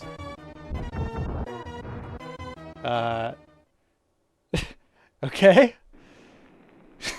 I've lost him. Snow, it hurts, but not as bad as fire hurts. And not nearly as bad as the disapproving stare of Sean Connery hurts. I've lost him. My Sean. Let's go. Okay. I think I've had enough of this game. This seems cool, but it definitely has that Super Star Wars difficulty level. Yeah.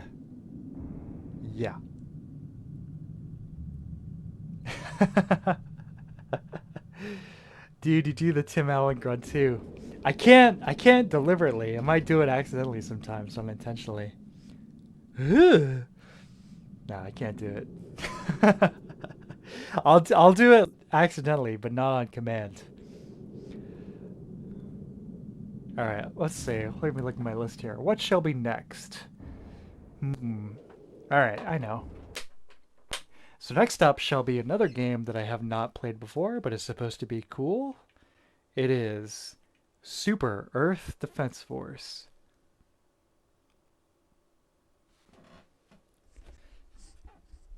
Which is a substitute for R-Type 3 because, as I mentioned earlier, that did not run on this flashcard.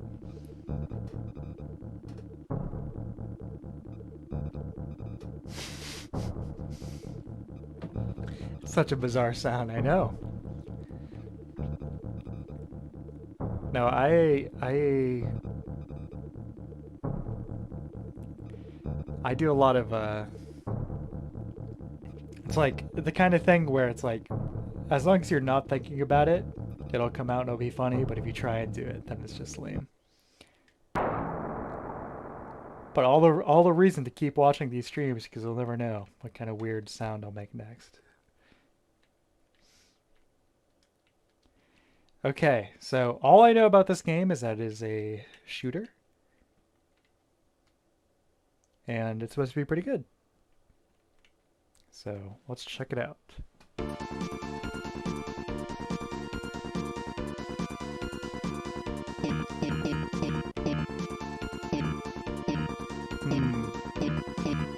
Well, starting to go with Vulcan. Seems like the logical choice. I'm sorry. I've been marathoning Star Trek again with my dad whenever I hang out with him. He's never seen any of it before, so it's kind of a treat to show him all that. The OG series.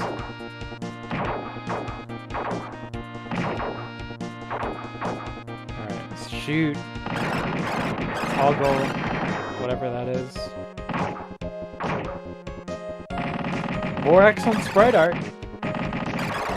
Another game showing off at SNES.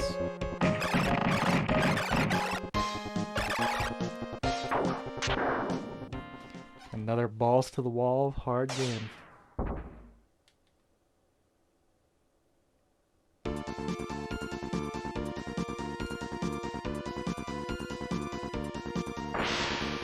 The thing I was experimenting earlier was the scanline generator on the OSSC. I don't think it looks great, honestly, but it has that feature, which is kind of interesting.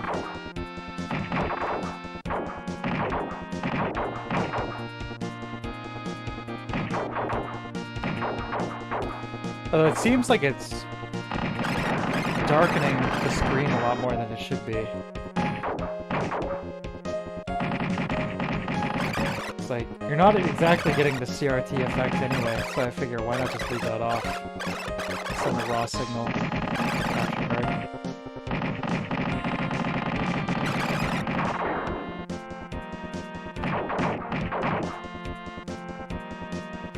One of these days, though, maybe if the channel ever gets a little bit more popular, and maybe even if not, I might do a video just kind of showcasing my setup here. Do a little comparison. Some of the different monitors I have. Everyone loves the Sony PVMs, but there are some JVC monitors which give them a run for their money, I think. And I've got a few of them. So JVC. So my primary monitor is the Sony 20L5, but I've also got the Triatomic. I've got these JVC monitors like the 1950 CG, and I think they're actually sharper than the Sonys. At least in PVM territory. I don't know about BVM.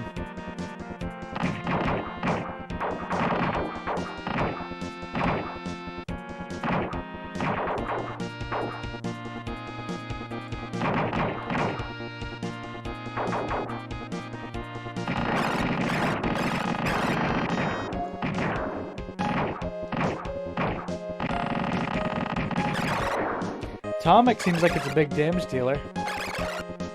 The range of fire isn't as big to it. It's pretty hard.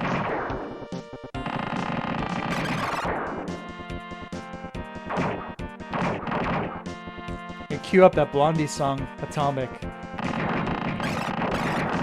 You know how, was it last week? I can't remember. Or like, I like compared the, like Final Fantasy boat music to the like that Chuck Mangione song, and the same thing with like the Zelda, like Zelda's theme to Mort Garson's that track from Plantasia. I played each of those songs for maybe 15 seconds apiece, but that was enough to get flagged by YouTube. And I don't care as long as the videos are still up. It's all good, but. It is a little frustrating that you can play 15 seconds of a copyrighted song and then lose any kind of monotonization potential for your video. But whatever. I don't need the money, so it's all good. We'll give this one more try with another weapon, because I'm just getting smoked here and not making any progress. We'll go with the other Star Trek option, the Photon. Mouse, did I ever play the EDF games where you fight giant ants and other insects? They're newer, like 360 generation and onward. I haven't, but I have one of them on my Steam wishlist, and I think it's on sale right now, so maybe I should pick that up. It's like EDF 4.1 or something like that. Holy shit, we're dead already? Well, okay then. Okay, folks. That is Super Earth Defense Force on the Super Nintendo. Sorry I couldn't show you any more of it, but that is a hard game. Name? That's our name. All smiles.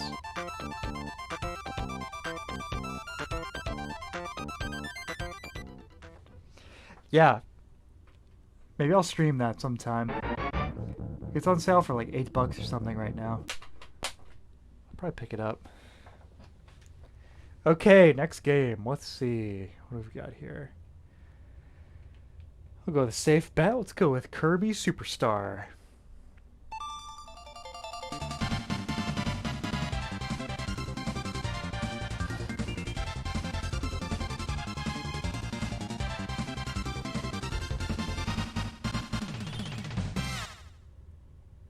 Kirby Superstar. This game, another one I haven't seen in a really long time, but from what I remember, it's kind of like a collection of Kirby games.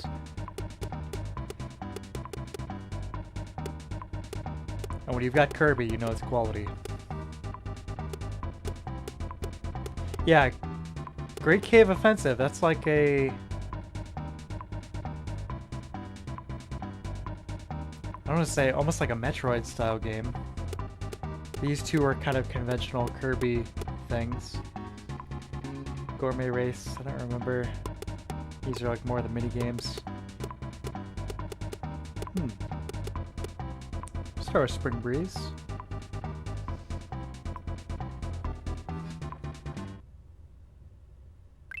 Let's do it. I'm talking about good sprite art. This ought to be a nice showcase. Timeless character design. Yeah, absolutely.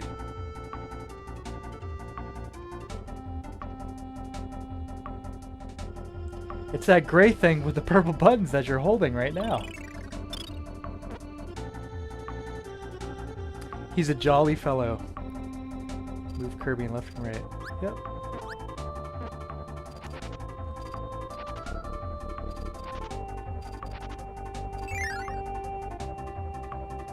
How to jump. Yes. Maybe I shouldn't have watched this. We know how to jump. We know how to jump and move around in video games. Yeah, we're gonna skip that.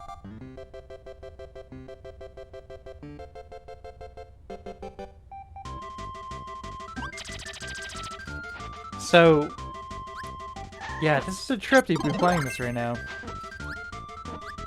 I mean, this is a game Kirby Superstar Hero, I haven't played probably since 1997, 98? I love Kirby's Adventure on the NES. And I've got Kirby's Dream Land on the Game Boy. That was the first Kirby game. Like, you couldn't even take enemy abilities in that one. Very old school. Kirby's Adventure is one of the best games on the NES, though, I'll tell you that. That is a fantastic game. It rivals Super Mario 3, in my opinion.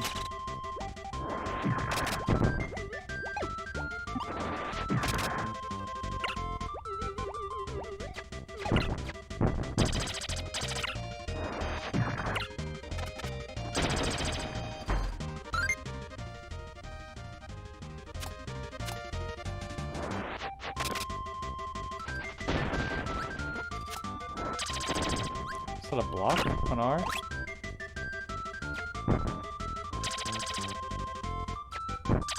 Who knows?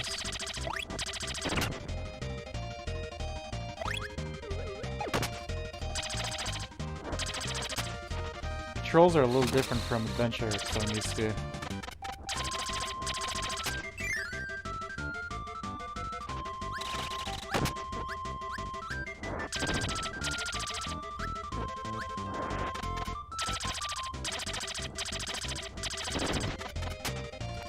Controls are a little looser overall.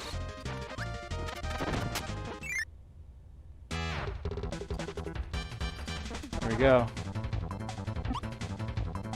The classic boss fight. We're gonna see a theme of trees with faces, I think, this evening.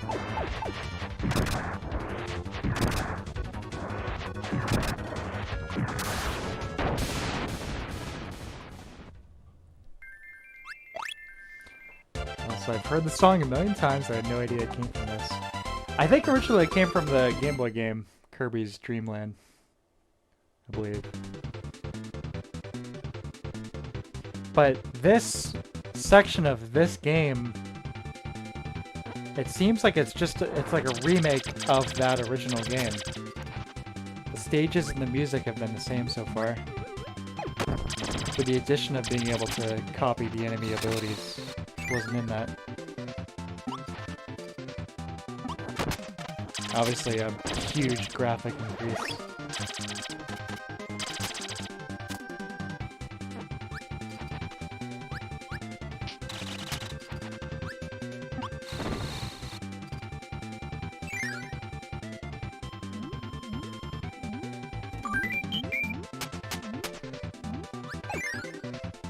Kirby needs a Switch game.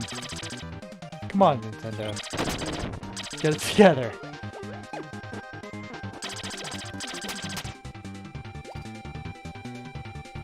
I mean, we are getting 2 big Metroid titles, which is kind of a miracle, but give us a nice Kirby game.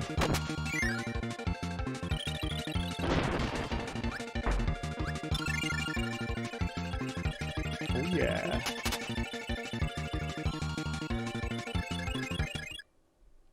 Yeah, I think I still have the Game Boy cart of Dreamland. Probably actually very close to me right now.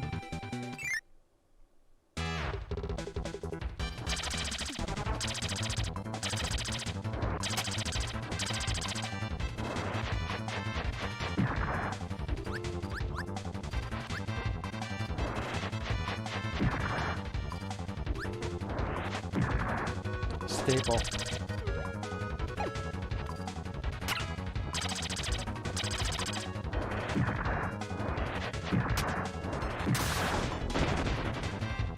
Detonate him.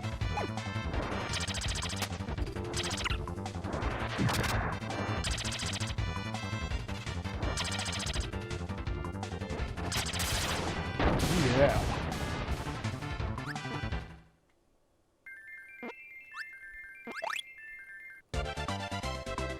There's a Switch game which is like a 4-player boss rush with RPG elements, if I remember right. I played it with my little cousin. I really didn't like it. Oh, that's too bad. Bummer. Poor Kirby deserves better. I think if they made like an HD remake of Kirby's Adventure for the NES, that would go over really, really well. That game is phenomenal. It's one of my favorite NES games.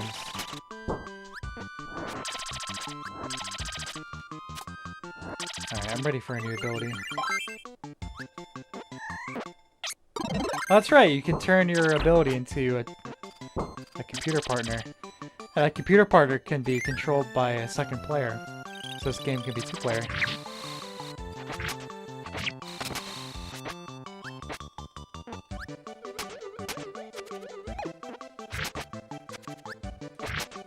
There we go. Now we got a buddy.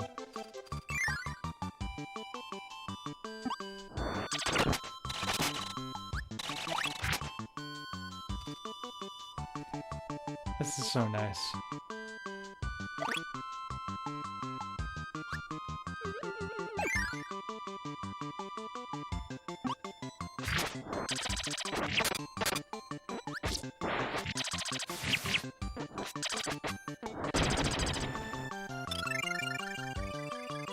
God, the sprite art is incredible.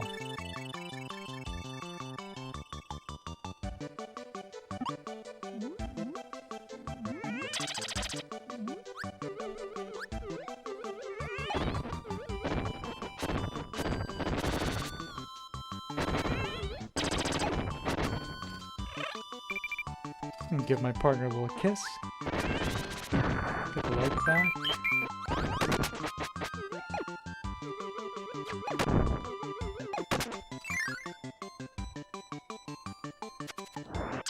This is beautiful.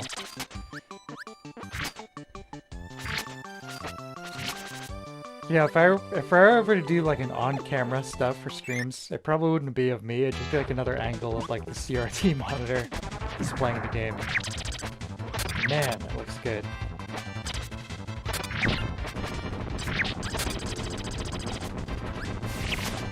No, my buddy!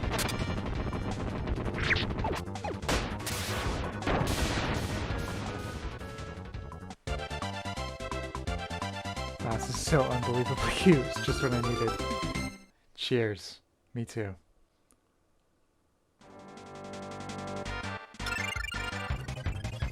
Last stage, Mount DDD. Yeah, so the Game Boy game was definitely longer than this. It had a few more worlds, but I guess it's like a condensed version.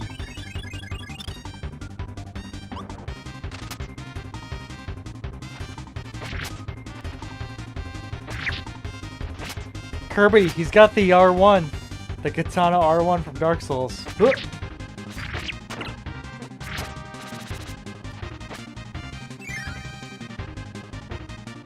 There he is. Mano y mano.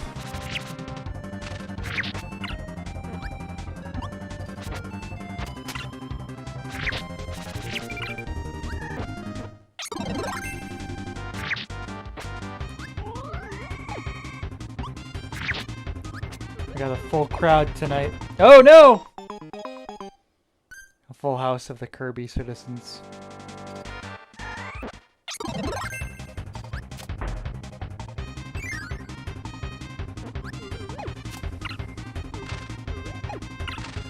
Oh, that's not gonna work, huh?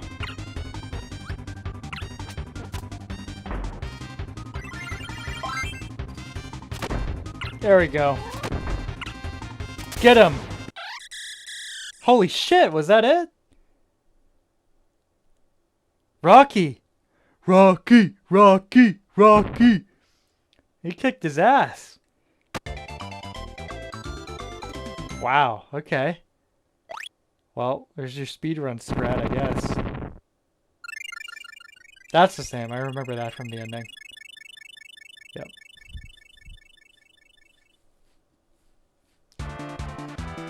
And this music. Oh yeah.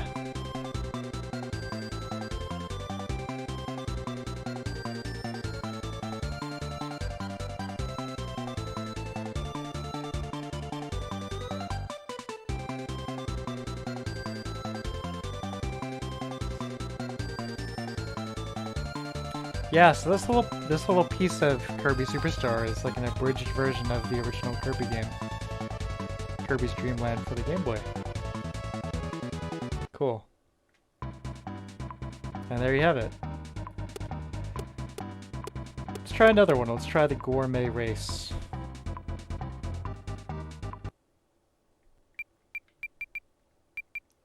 Grand Prix, sure.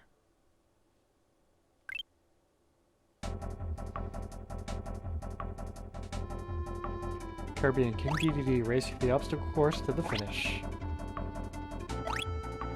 Kirby must eat more food and reach the goal before King DDD. There are no enemies to fight. Try to get the highest score.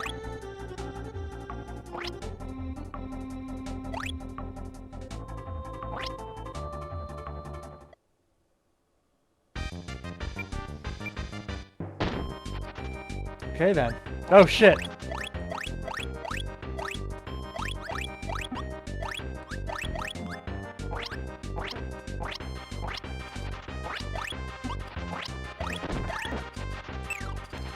Okay, can't hurt DDD here.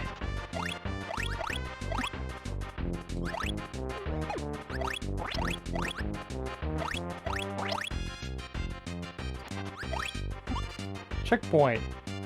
Yeah, we smoked him. Yeah, he didn't like that.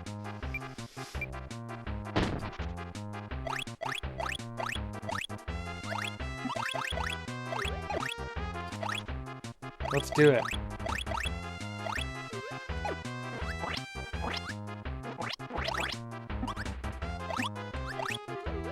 No, no!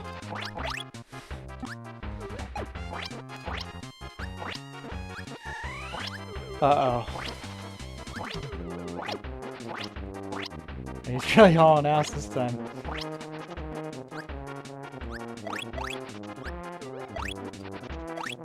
There we go. Go, Kirby, go! Yeah, we win again.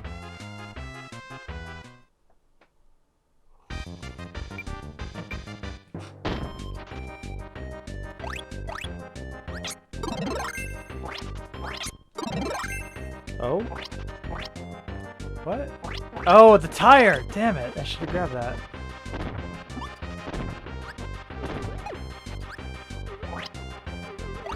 Pancakes. Onion. Candy cane.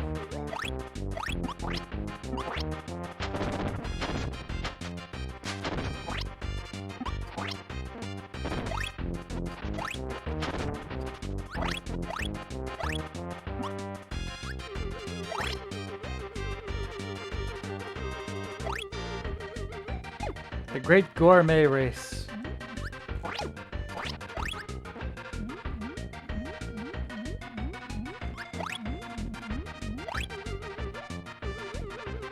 Come on, Kirby.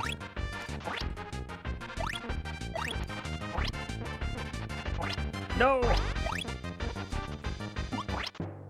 Wrong way. Oh, God. No!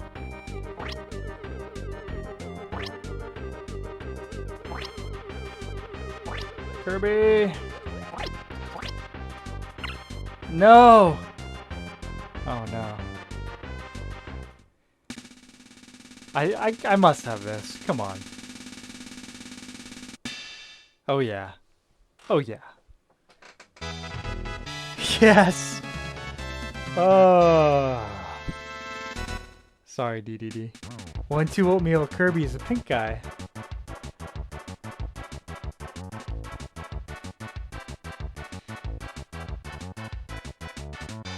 I start dabbing right now. This is your cue. Good job, Kirby.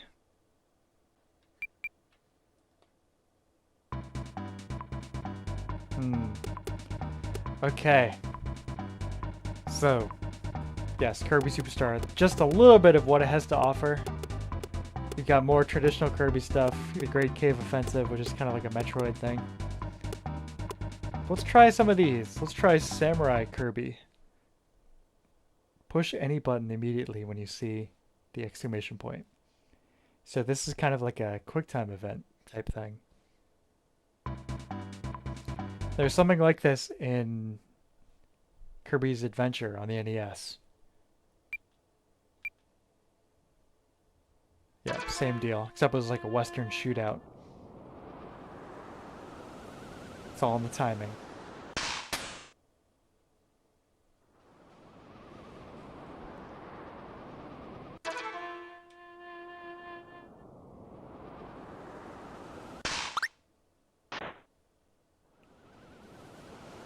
Yeah, one of these days I'll do a full stream of Kirby's Adventure on the NES. I love that game so much.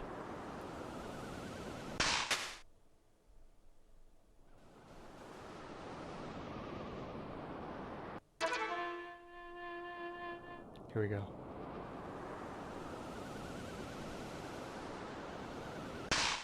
Yes!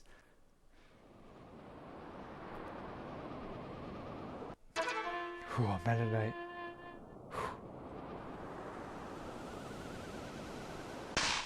Oh!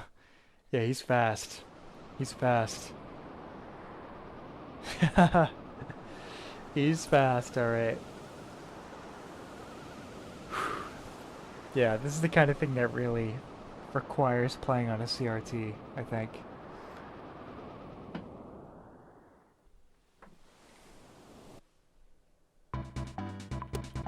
Let's try a Megaton Punch.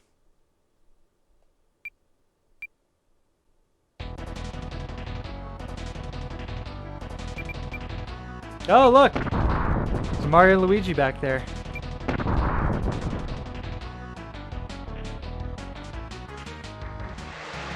And Birdo.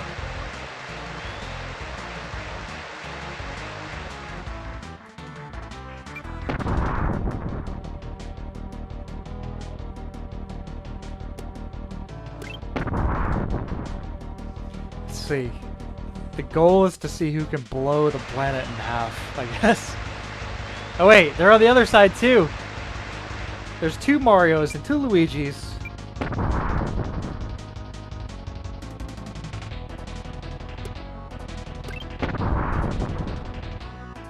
Oh yeah, I'm gonna blow this planet in half.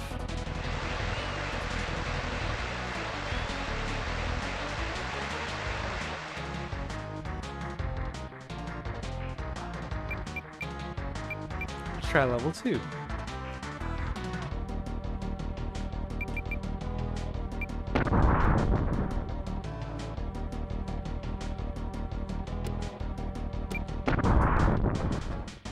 So there's like a built-in thing in the 240p test suite that's kind of similar to this.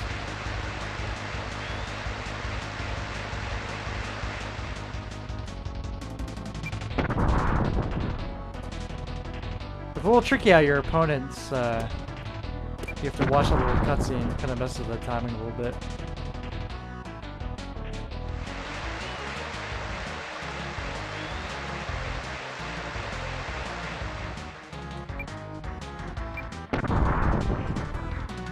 That's fine. Go ahead.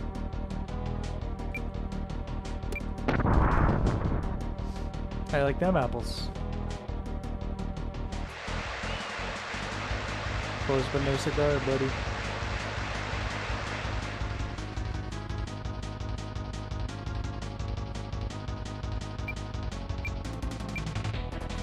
Top level. Level 3. Let him do his thing.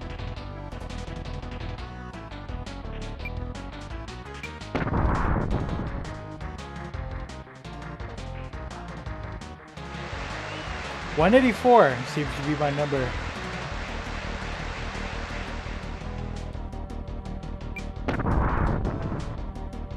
Go for it.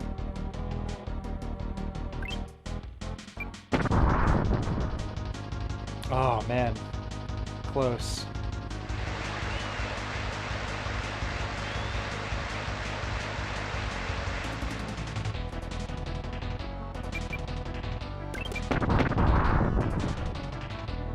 That was kind of shitty. No!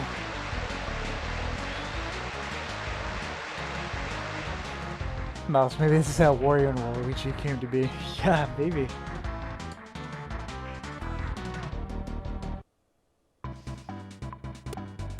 Anyway. That's Kirby's Adventure. Excuse me, Kirby Superstar, not Kirby's Adventure. Kirby Superstar. I didn't even touch Great Cave Offensive. That's like the coolest part of this. We'll play a little bit of that before we move on.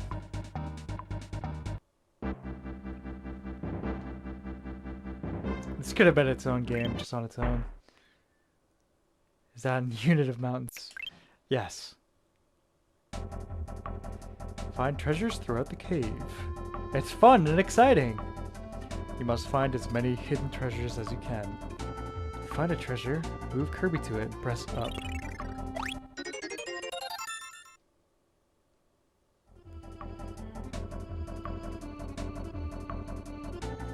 Press X to see the treasures you found.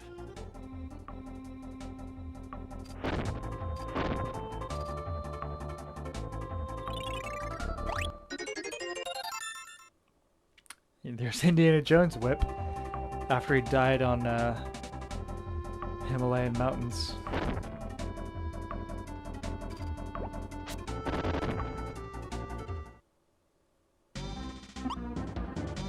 Oh yeah, I remember this music. OG, or is that 0G? Either's applicable to Kirby.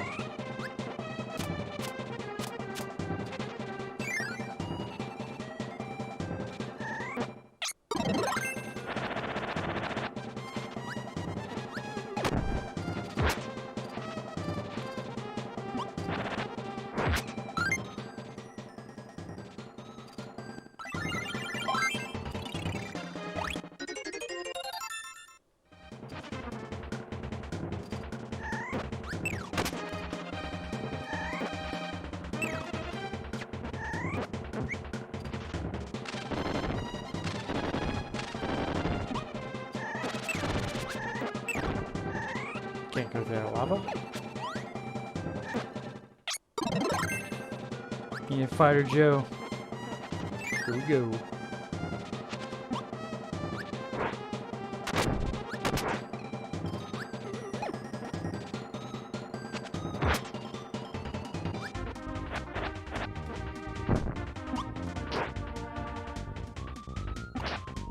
Yeah, this sprite art is insane.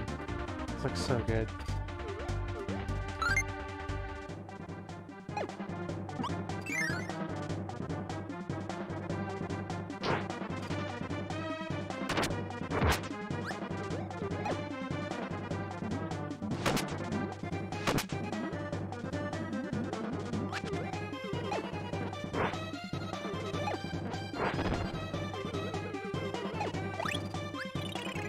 Good job, Kirby. A lucky cat. Oh yeah. Goemon measurement there.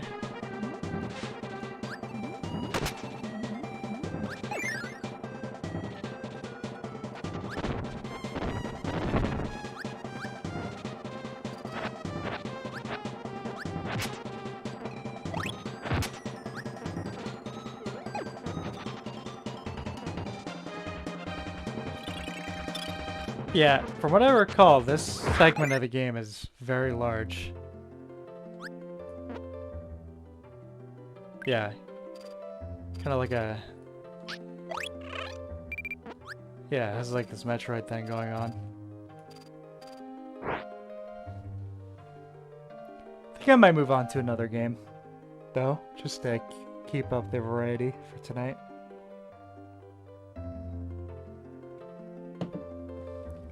Let's see. Let me take a look at my list here.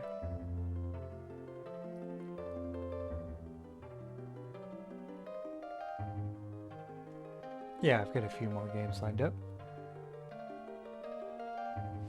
Yeah, let's move on to the next one. That was really cool, but let's keep it going.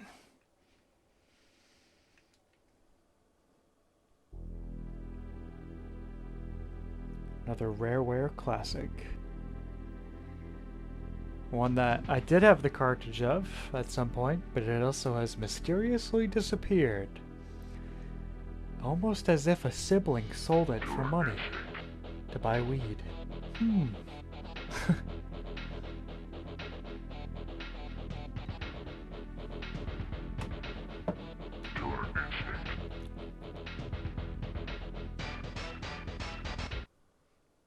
I was never too good at this one, but I'll give it a shot. Thunder! Orchid!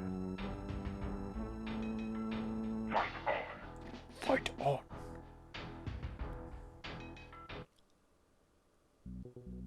Ready.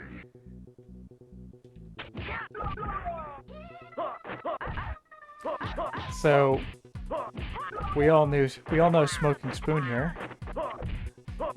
They sent me the arcade soundtrack to this, which I've never heard before, and it really kicks ass. So if you like the soundtrack to this game, check out the arcade soundtrack because it's even better.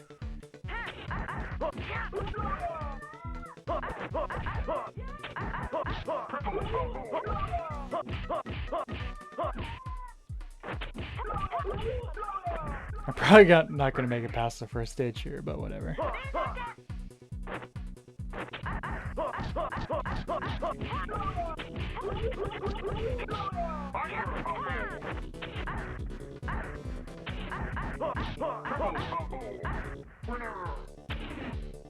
Yeah.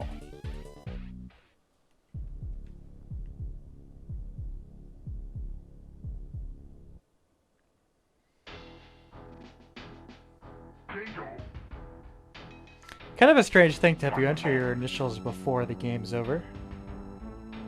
Like preemptively.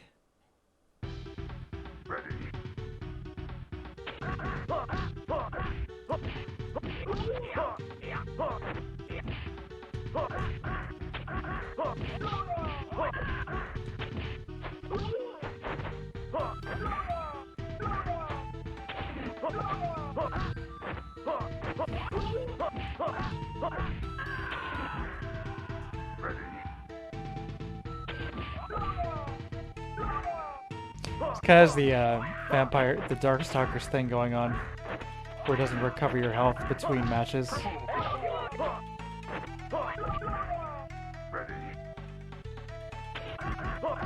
I say that because I've been playing a lot of Vampire Savior, aka Darkstalkers 3 lately.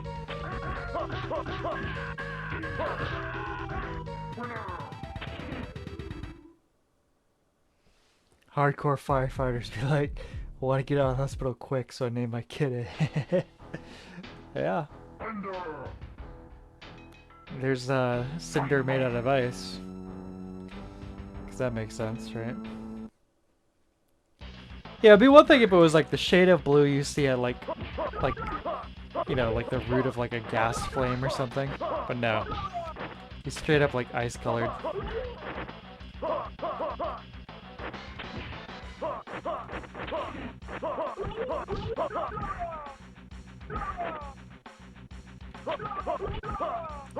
Yeah, that Cinder, despite his color, is a little more badass than me.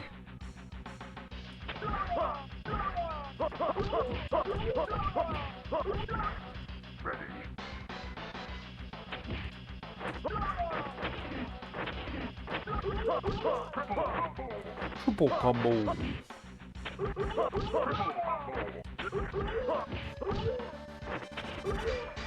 It's all about the dash. Flame on. Oh shit. Oh yeah.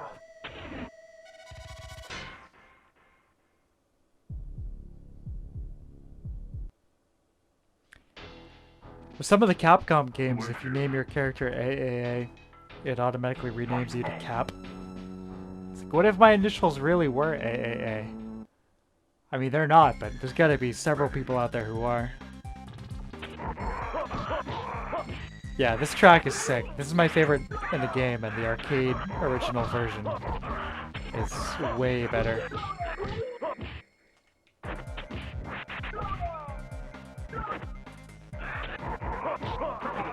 This isn't too bad, but the mixing's kind of weird.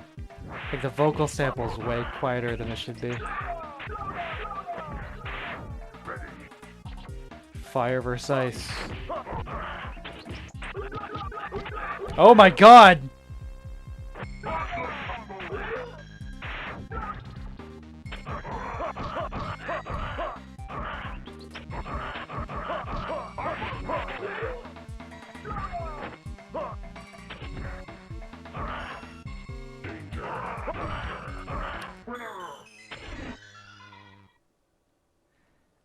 Wow, so that reminded me of MGS4.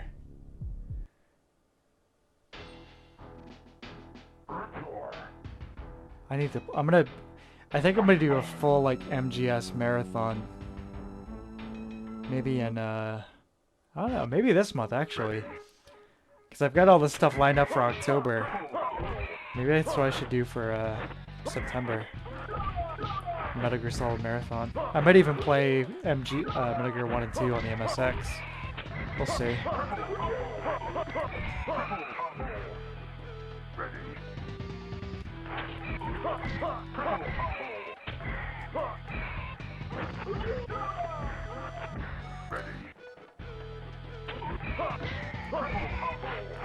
I was thinking too, I don't know if I would stream it, but now that I've got a Saturn, thinking about playing Police Knots. And I've played Snatcher, which was cool, but one thing that would be really sweet about playing Police Knots is that I do have like the Saturn gun. I actually have two of them. So I could do like the proper thing where, you know, use the controller for the adventure game bits and then like whip out the gun for the shooter bits. That'd be really fun. I don't know if it would be fun to watch, but it would definitely be fun to play. But yeah, I'll be doing a full Metal Gear like marathon at some point.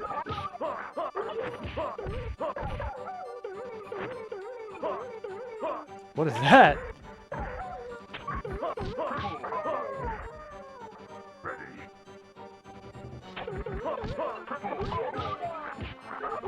Oh no! MGS4 is it's starting to get into a really good spot with RPCS3, the emulator. It's like the OG game is locked at like, it's not even 720p, it's like 544p, 30 FPS, like sometimes big dips.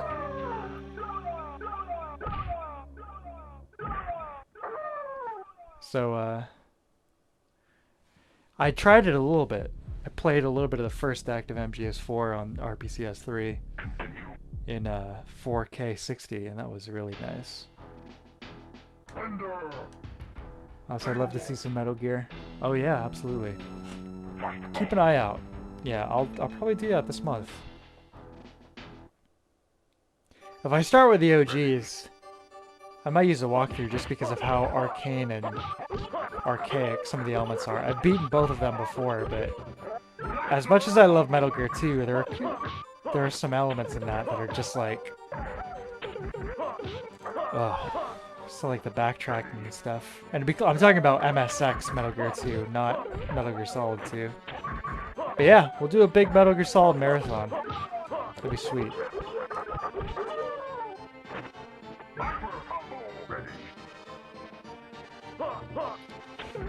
I think I said this last time, but if MGS4 had stuck to its original kind of like blueprint, or if they had just like fleshed out the sneaking around on a battlefield thing more, it'd probably be the best game in the series. But you get that for like the first two acts, kind of, because you're not really allowed to like partner with the PMCs. You can only work with the rebels. And then after that, that concept just kind of disappears entirely. But if they had kept all that and fleshed it out more, I think it'd be the best one in the series.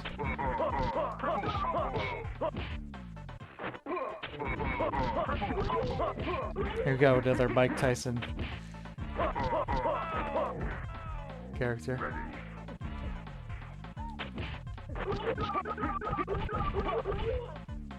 Yeah, the original blueprint was basically that like concept of like each environment being like an active battlefield that would basically be like more dynamic.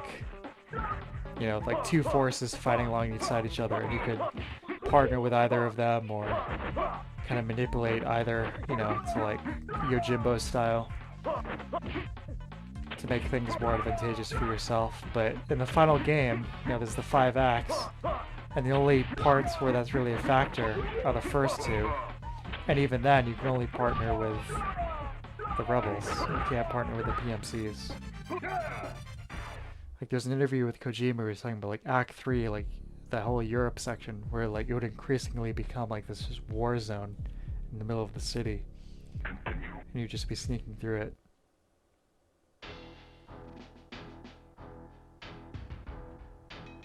Thunder. Combo. I mean, it sounds... The release game is great for what it is, but, you know, that would have been really cool.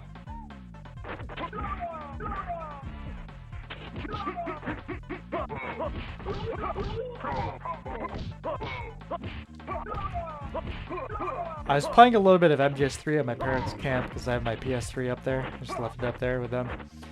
And I left it there. I had played it. I had taken a long enough break between like playing MGS3 that I actually got the cutscene when you're like when you save at the boss fight for the end. You don't play it in long enough. The end like dies of old age. So I've gotten that like, you know, before, like intentionally like messing with like the in-game clock for like the system or whatever, but that's never happened before unintentionally. Pretty funny.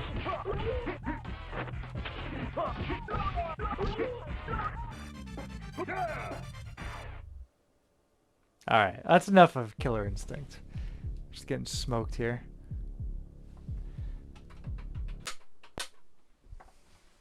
What's our next game? Let's see.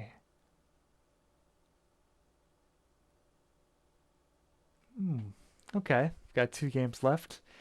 Next one's going to be a bit of a dark horse candidate here. Cool soundtrack, I'll say that at least.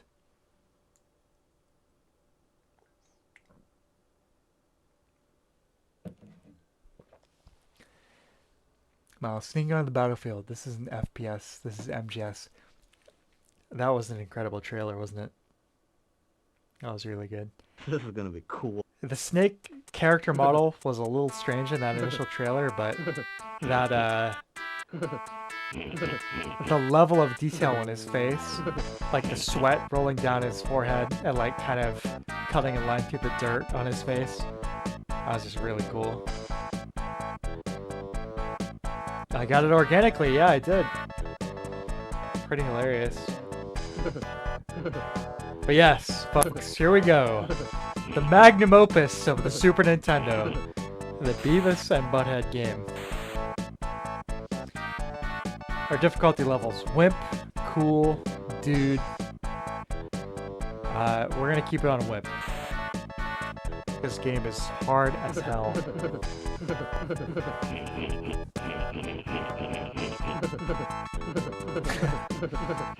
Now, so I'm surprised MGS4 is working on the PS3 emulator considering how much is tuned to the power of the cell. Yeah, it's because of that. There's like a branch or fork, I don't know what the proper term would be. There's like a fork build of RPCS3 that's just for MGS4 that's split off of like the regular build. It's like just focusing on running that game, so that's what you want to grab if you ever want to emulate that. So Beavis and Butthead on Super Nintendo. The objective of the game, they want to go to a Guar concert, and they gotta get tickets. And the tickets they want have been ripped into pieces and are scattered between Highland High School, Streets of Highland, Highland Hospital, and Turbo Mall 2000. So we'll start right here at the beginning. We're there, dude. Get ready, dude.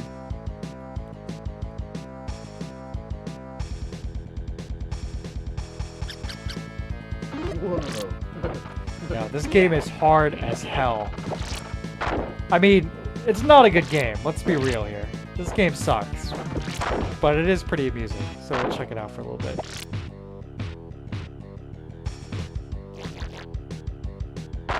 It does have a cool soundtrack. Kind of really like punk influence. Oh, listen to this.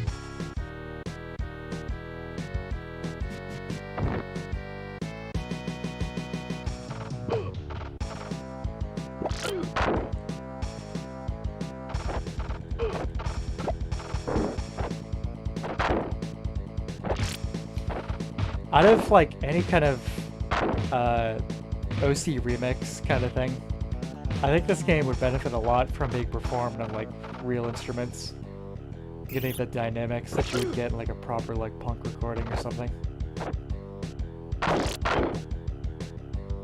Because the riffs, you know, they're pretty solid, but you know, being played back on this pretty like basic sampler without too much modification here.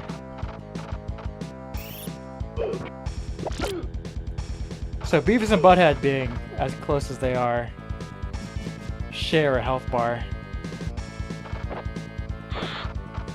So we'll switch to Beavis. Oh, maybe not. He has a double weapon. We'll go back to Butthead.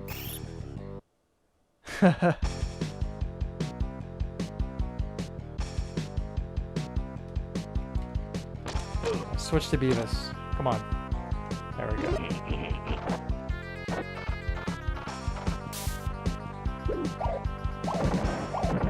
Everyone is out to kill them, of course. There's Daria. Oh, we could have eaten her pizza. You can eat the pizza. You do this. So you stick your tongue out. Not for the food the cafeteria guy is throwing me, though, oddly enough. Ow.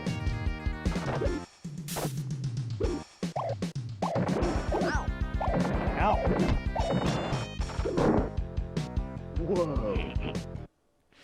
Wow, so I heard Kojima wanted to have the disc for MGS1 smell like blood to really send the message. Wow.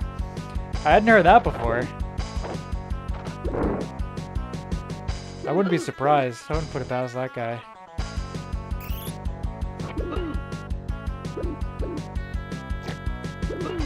We lick our teacher. This track's really cool. Listen to this. Imagine hearing this on real guitar, bass, and drums. Listen to this riff.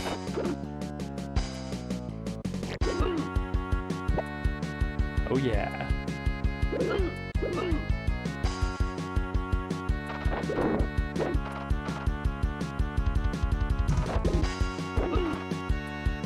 Yeah, this is a cool track. It sounds like it could be like Nirvana or something.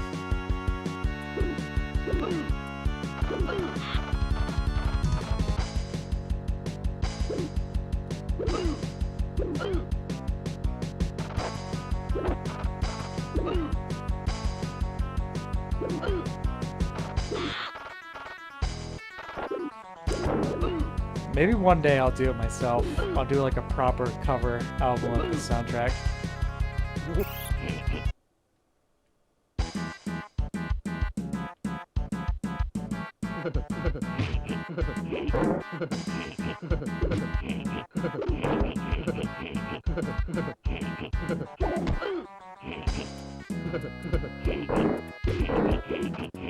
Damn!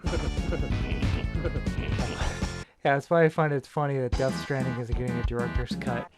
Yeah, I think I might have mentioned this before, but that is extremely amusing to me. Like, as if the original game wasn't completely indulgent to Kojima's, like, vision or whatever. It's just like, the term director's cut is like, it's almost like a joke. You know what I mean?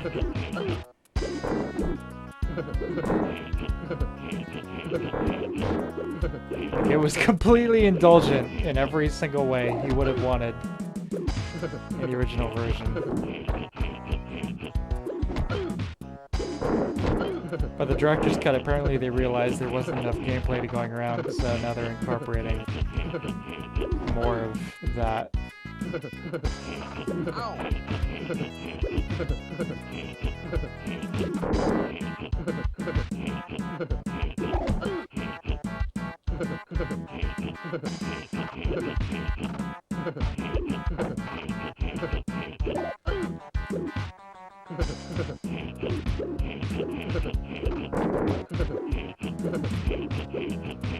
Who's throwing all these basketballs?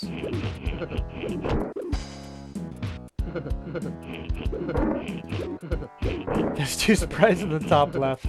That butthead face looks a little suspect, I gotta say. Oh, here's another cool track.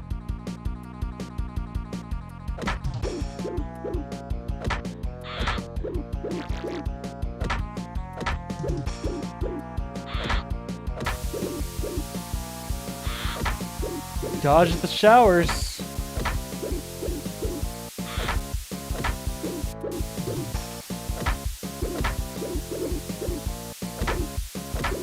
Oh wait, you gotta like throw.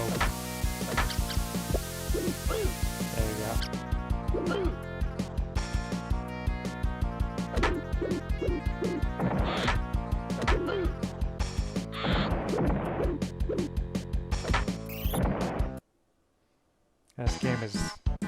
This game is not quite good, but it's still kind of amusing for a variety of reasons.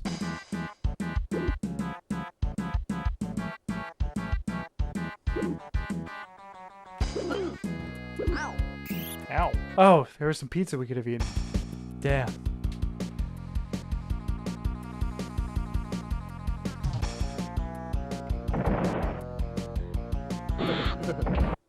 There you go. They're dead. Gym teacher killed them.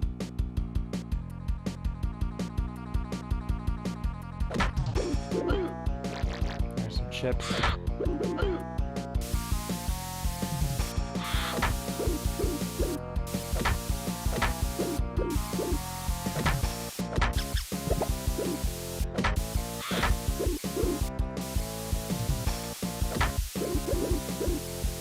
I'll give this game about another 5 minutes or so before I throw it out the window.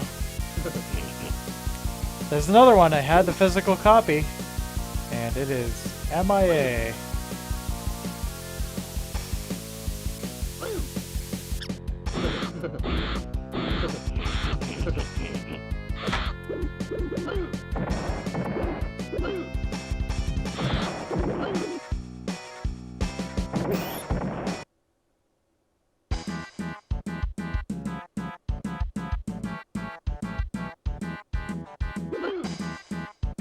Make a call?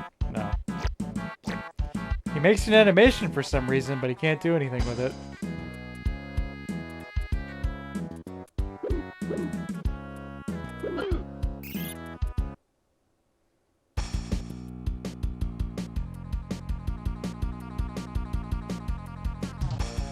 Back to the showers. Yeah, this game is garbage.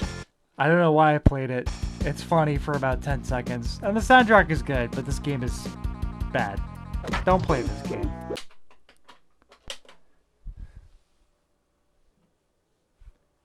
Alright, let's see. Let me take a look at my list here.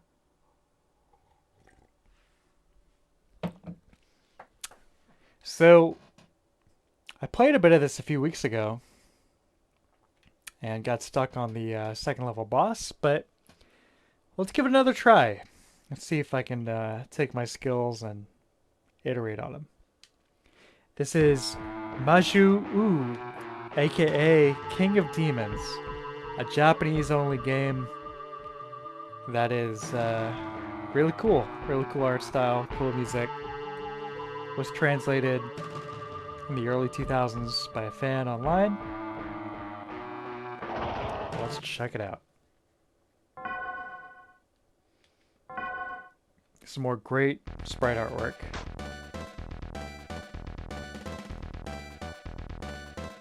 And a vibe more than a little indebted to Castlevania and Berserk. But hey, who's complaining?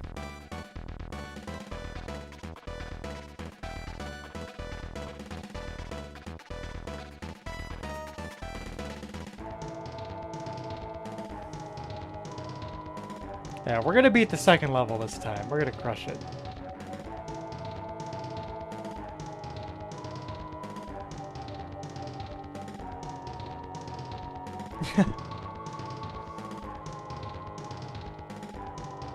There's my cat.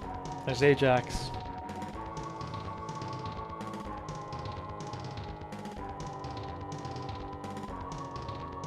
Even yeah, he's encouraging us. You can beat this entire game in human form, I learned recently. You don't even have to become a demon. But we're gonna, because why not?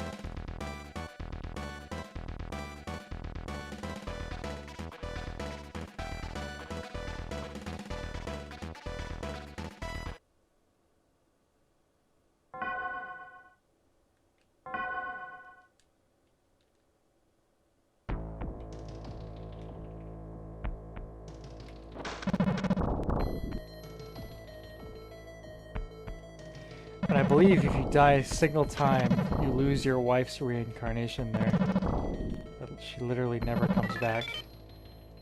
So try not to make that happen. I don't think that affects the ending at all, but other things do.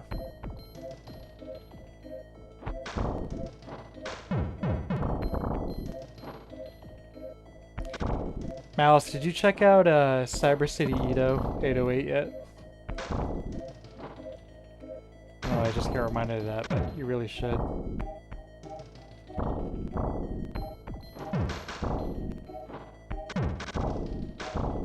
It's on YouTube. You can watch it for free from there.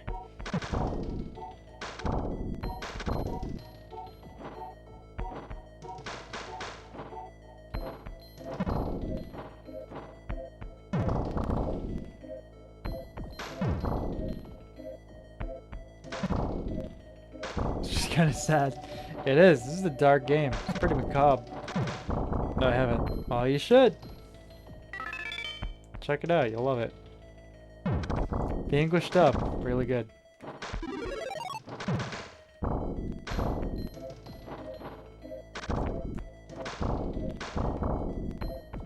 We can even double jump in our human form. Look at that. Boop.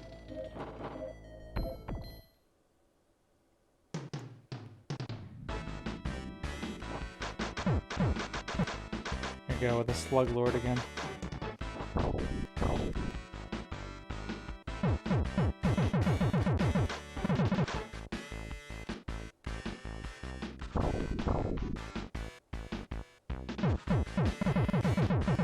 We're gonna pwn him real good this time, though.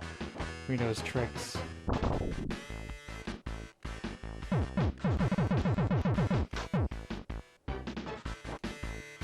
Damn you, Sluggy Man. Oh look, our wife pwned him for us. We knew how to do it. It's cool, I have it lined up. Nice. I watched Paprika recently. I really liked it. Music is amazing. I've heard that's really sweet. I haven't checked it out myself.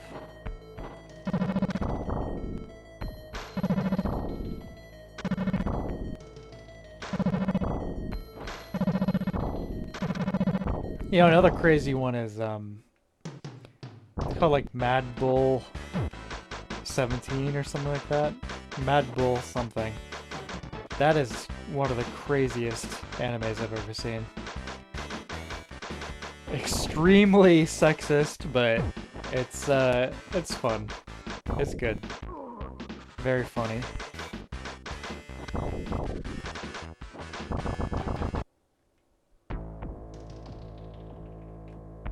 Grab the key. Oh yeah.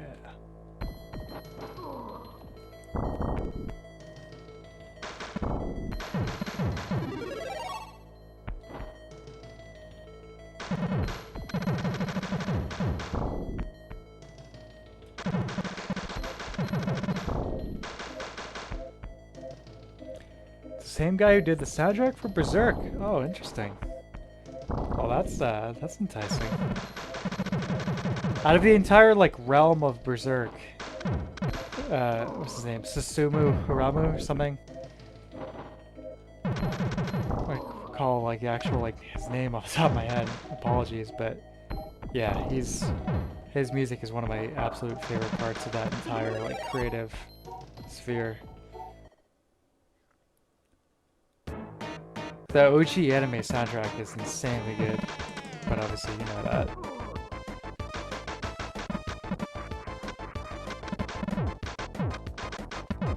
Basically, anytime I play Dark Souls 3, that Berserk soundtrack is on deck.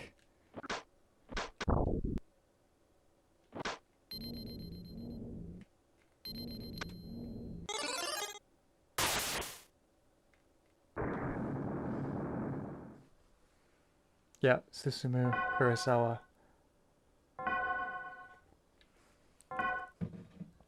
Extremely talented. Alright, here we go. Stage 2.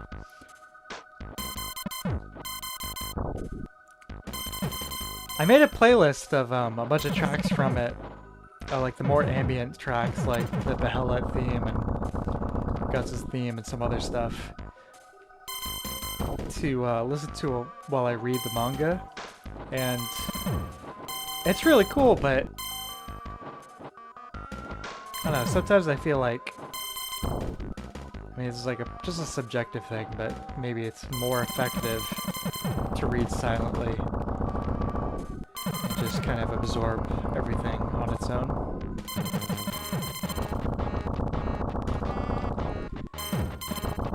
There's always like the matter of like, is it really going to line up just right?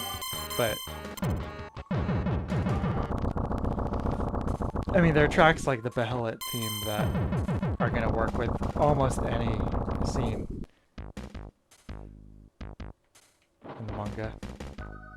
Wife is gone! I know, I lost her. Oh, her spirit is still with us. She's just not physically incarnated anymore.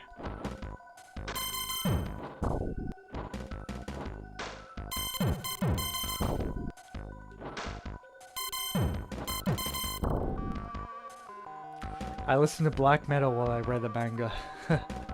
I mean, that's probably pretty appropriate for most of it. So probably like 90%. I'm taking it pretty slowly right now with my reread. I just got to where they're like rescuing Griffith from the dungeon under the tower. But there's like a pretty infamous video on YouTube of somebody, he's like listening to like an album by Disturbed or something while he's like reading the Eclipse chapters. And supposedly this is real. I don't know. But he gets so upset while he's like reading chapter 12 or 13 or something that he like on camera like throws the manga at the, he just like chucks it, like throws it at the wall or something. Pretty funny.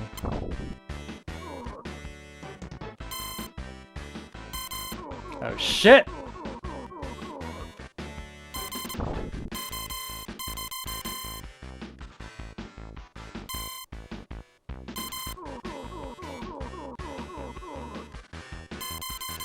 Mostly just Burzum. Burzum's sweet. Mouse, you ever listen to any Dungeon Synth?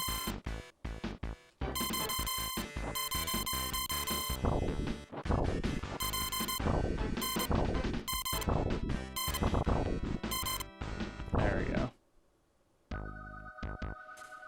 Now we gotta feast on some fairies, get our health back.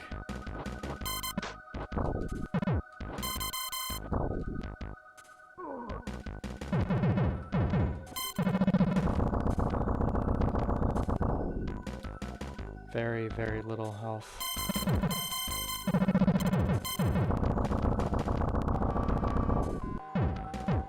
Fortunately, we can't be hurt while we're feeding. That's good.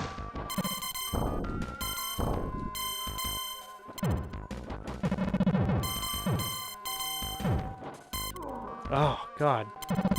It's like, why does that hurt you?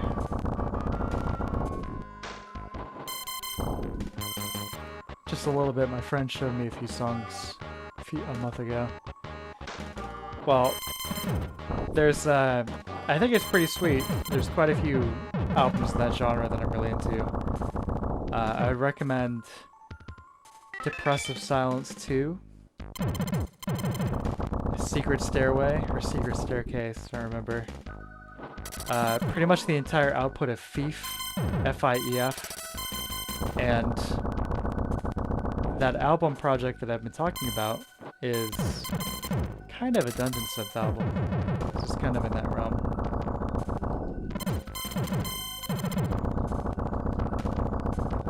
Oh shit, I should have got a fairy out of that.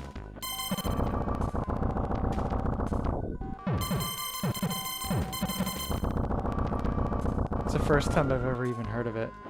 Yeah, it's from what I understand, it like kind of originated in the early 90s, but obviously without internet, barely anybody knew about it. And the last like 5 years or so kind of had like a renaissance online, big time. Alright, here we go with our arch nemesis, the eyeball.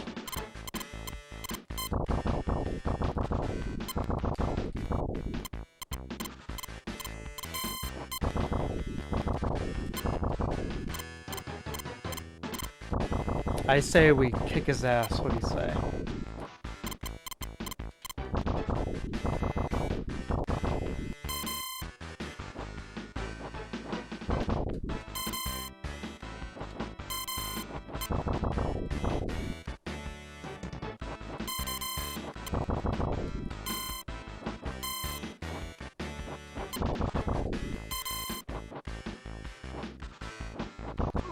Oh shit.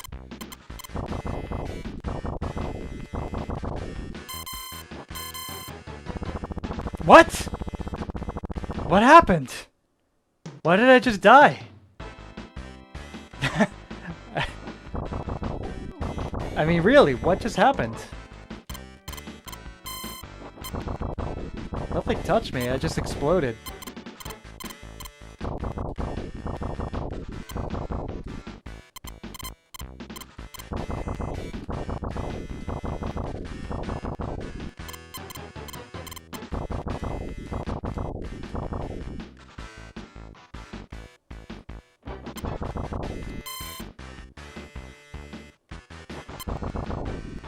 This game's rigged.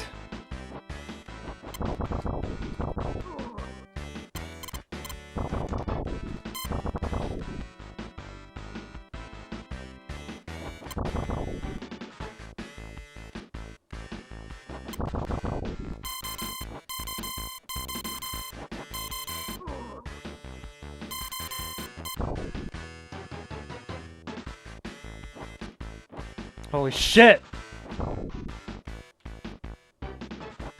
Oh.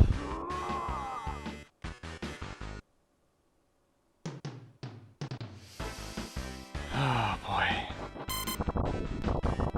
Lest we forget, there's a boss fight immediately after this one.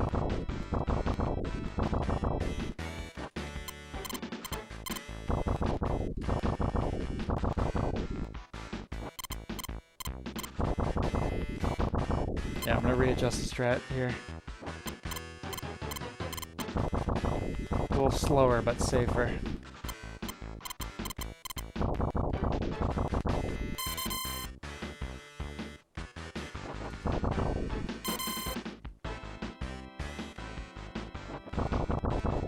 Damn it! Yeah, being in the air is dangerous, so you have a lot less control.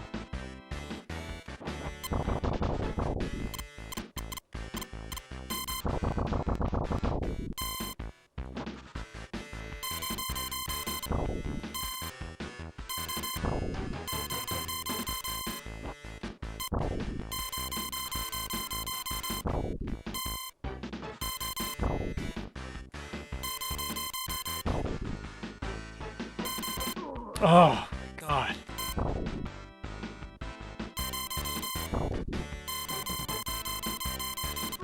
Ugh.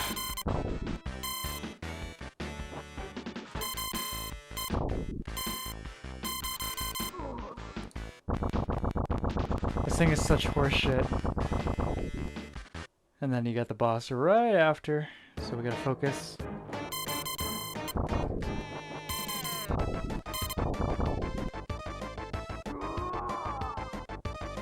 I mean, hopefully we start right there.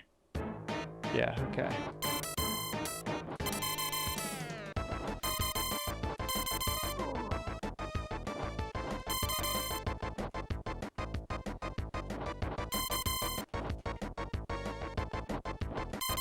Come on.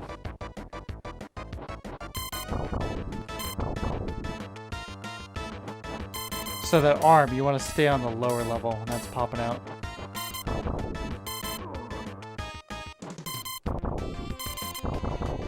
But I think overall being in this corner is probably where you want to be.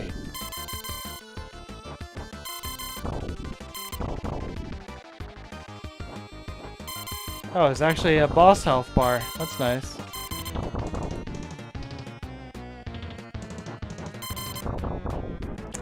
Yeah, mouse. If you want a good laugh, look up. Go back to the Super Nintendo video from like 2 weeks ago, where like I started by playing this, and I had this moment of like glory where it's like I finally beat that boss after being stuck on it for like an hour, and then immediately came across this boss who just like instantly pwned me with that whip attack there.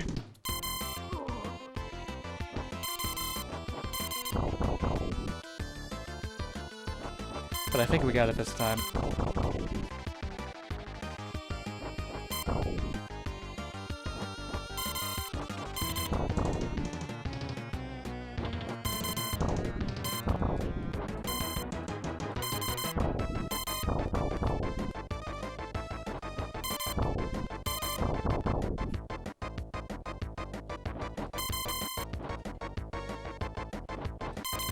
That dash move is pretty handy. Yes! Yes! Alright. Yes. Oh, God.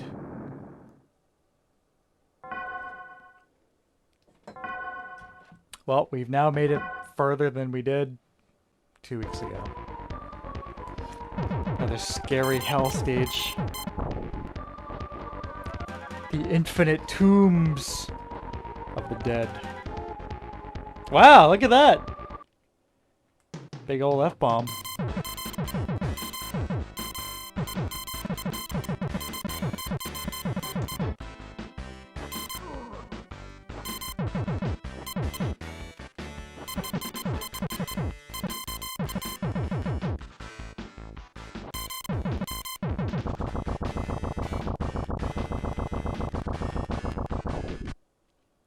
Sexy flowers in video games.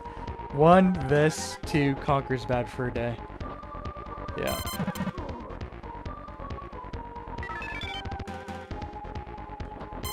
I'm sure there's many more. Oh God.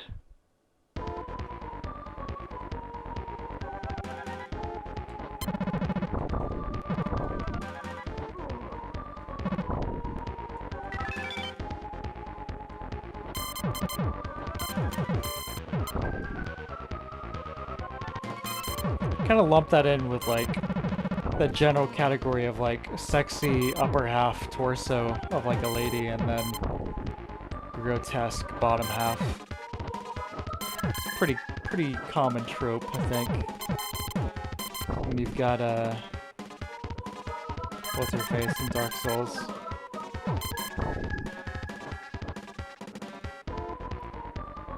How can I not remember that right now? Shit.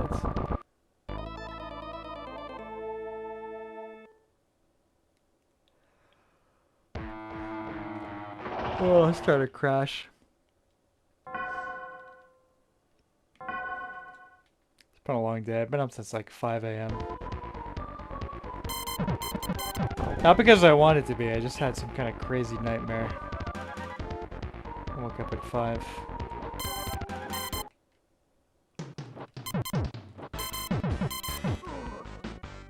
Can't either. Oh good, it's not just me then.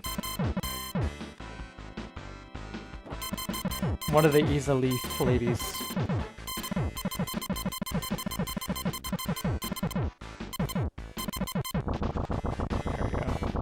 Quailana and Quailag. That's it. Quailag is the boss. Quailana is the sister, I believe. And then another one is the Pyro sister. Blighttown.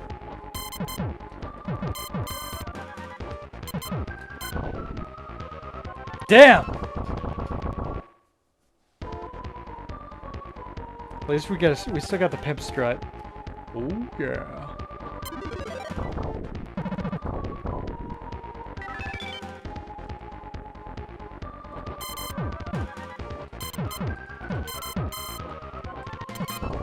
Oh, insta kill. Fall off the train. As it should be, I guess.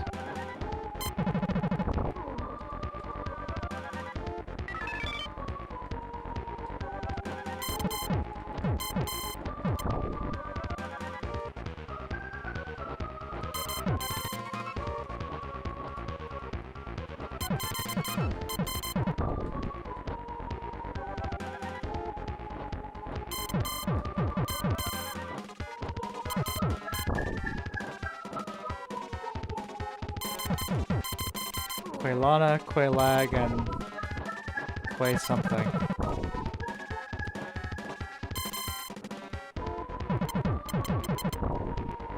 Followed by their epic knockoffs in Dark Souls 2.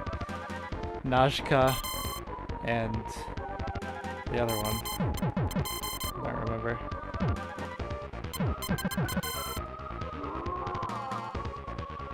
Oh boy.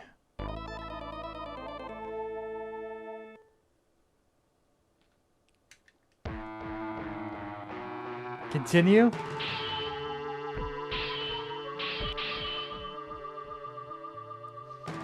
How do you save state in SD2 SNES? I don't remember. Let's see if I can look that up.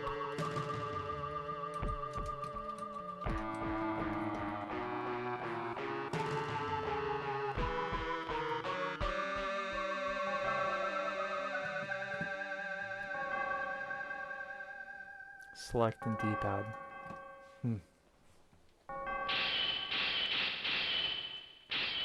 I don't know if that's turned on or whatever, but we'll see. Yeah. I think I'll probably sign off for the night because I'm really starting to crash here. But let me cue up some cool music while I do. Yeah. So just ignore the sad stuff about epic climate change and listen to the cool pieces of music here. Yeah.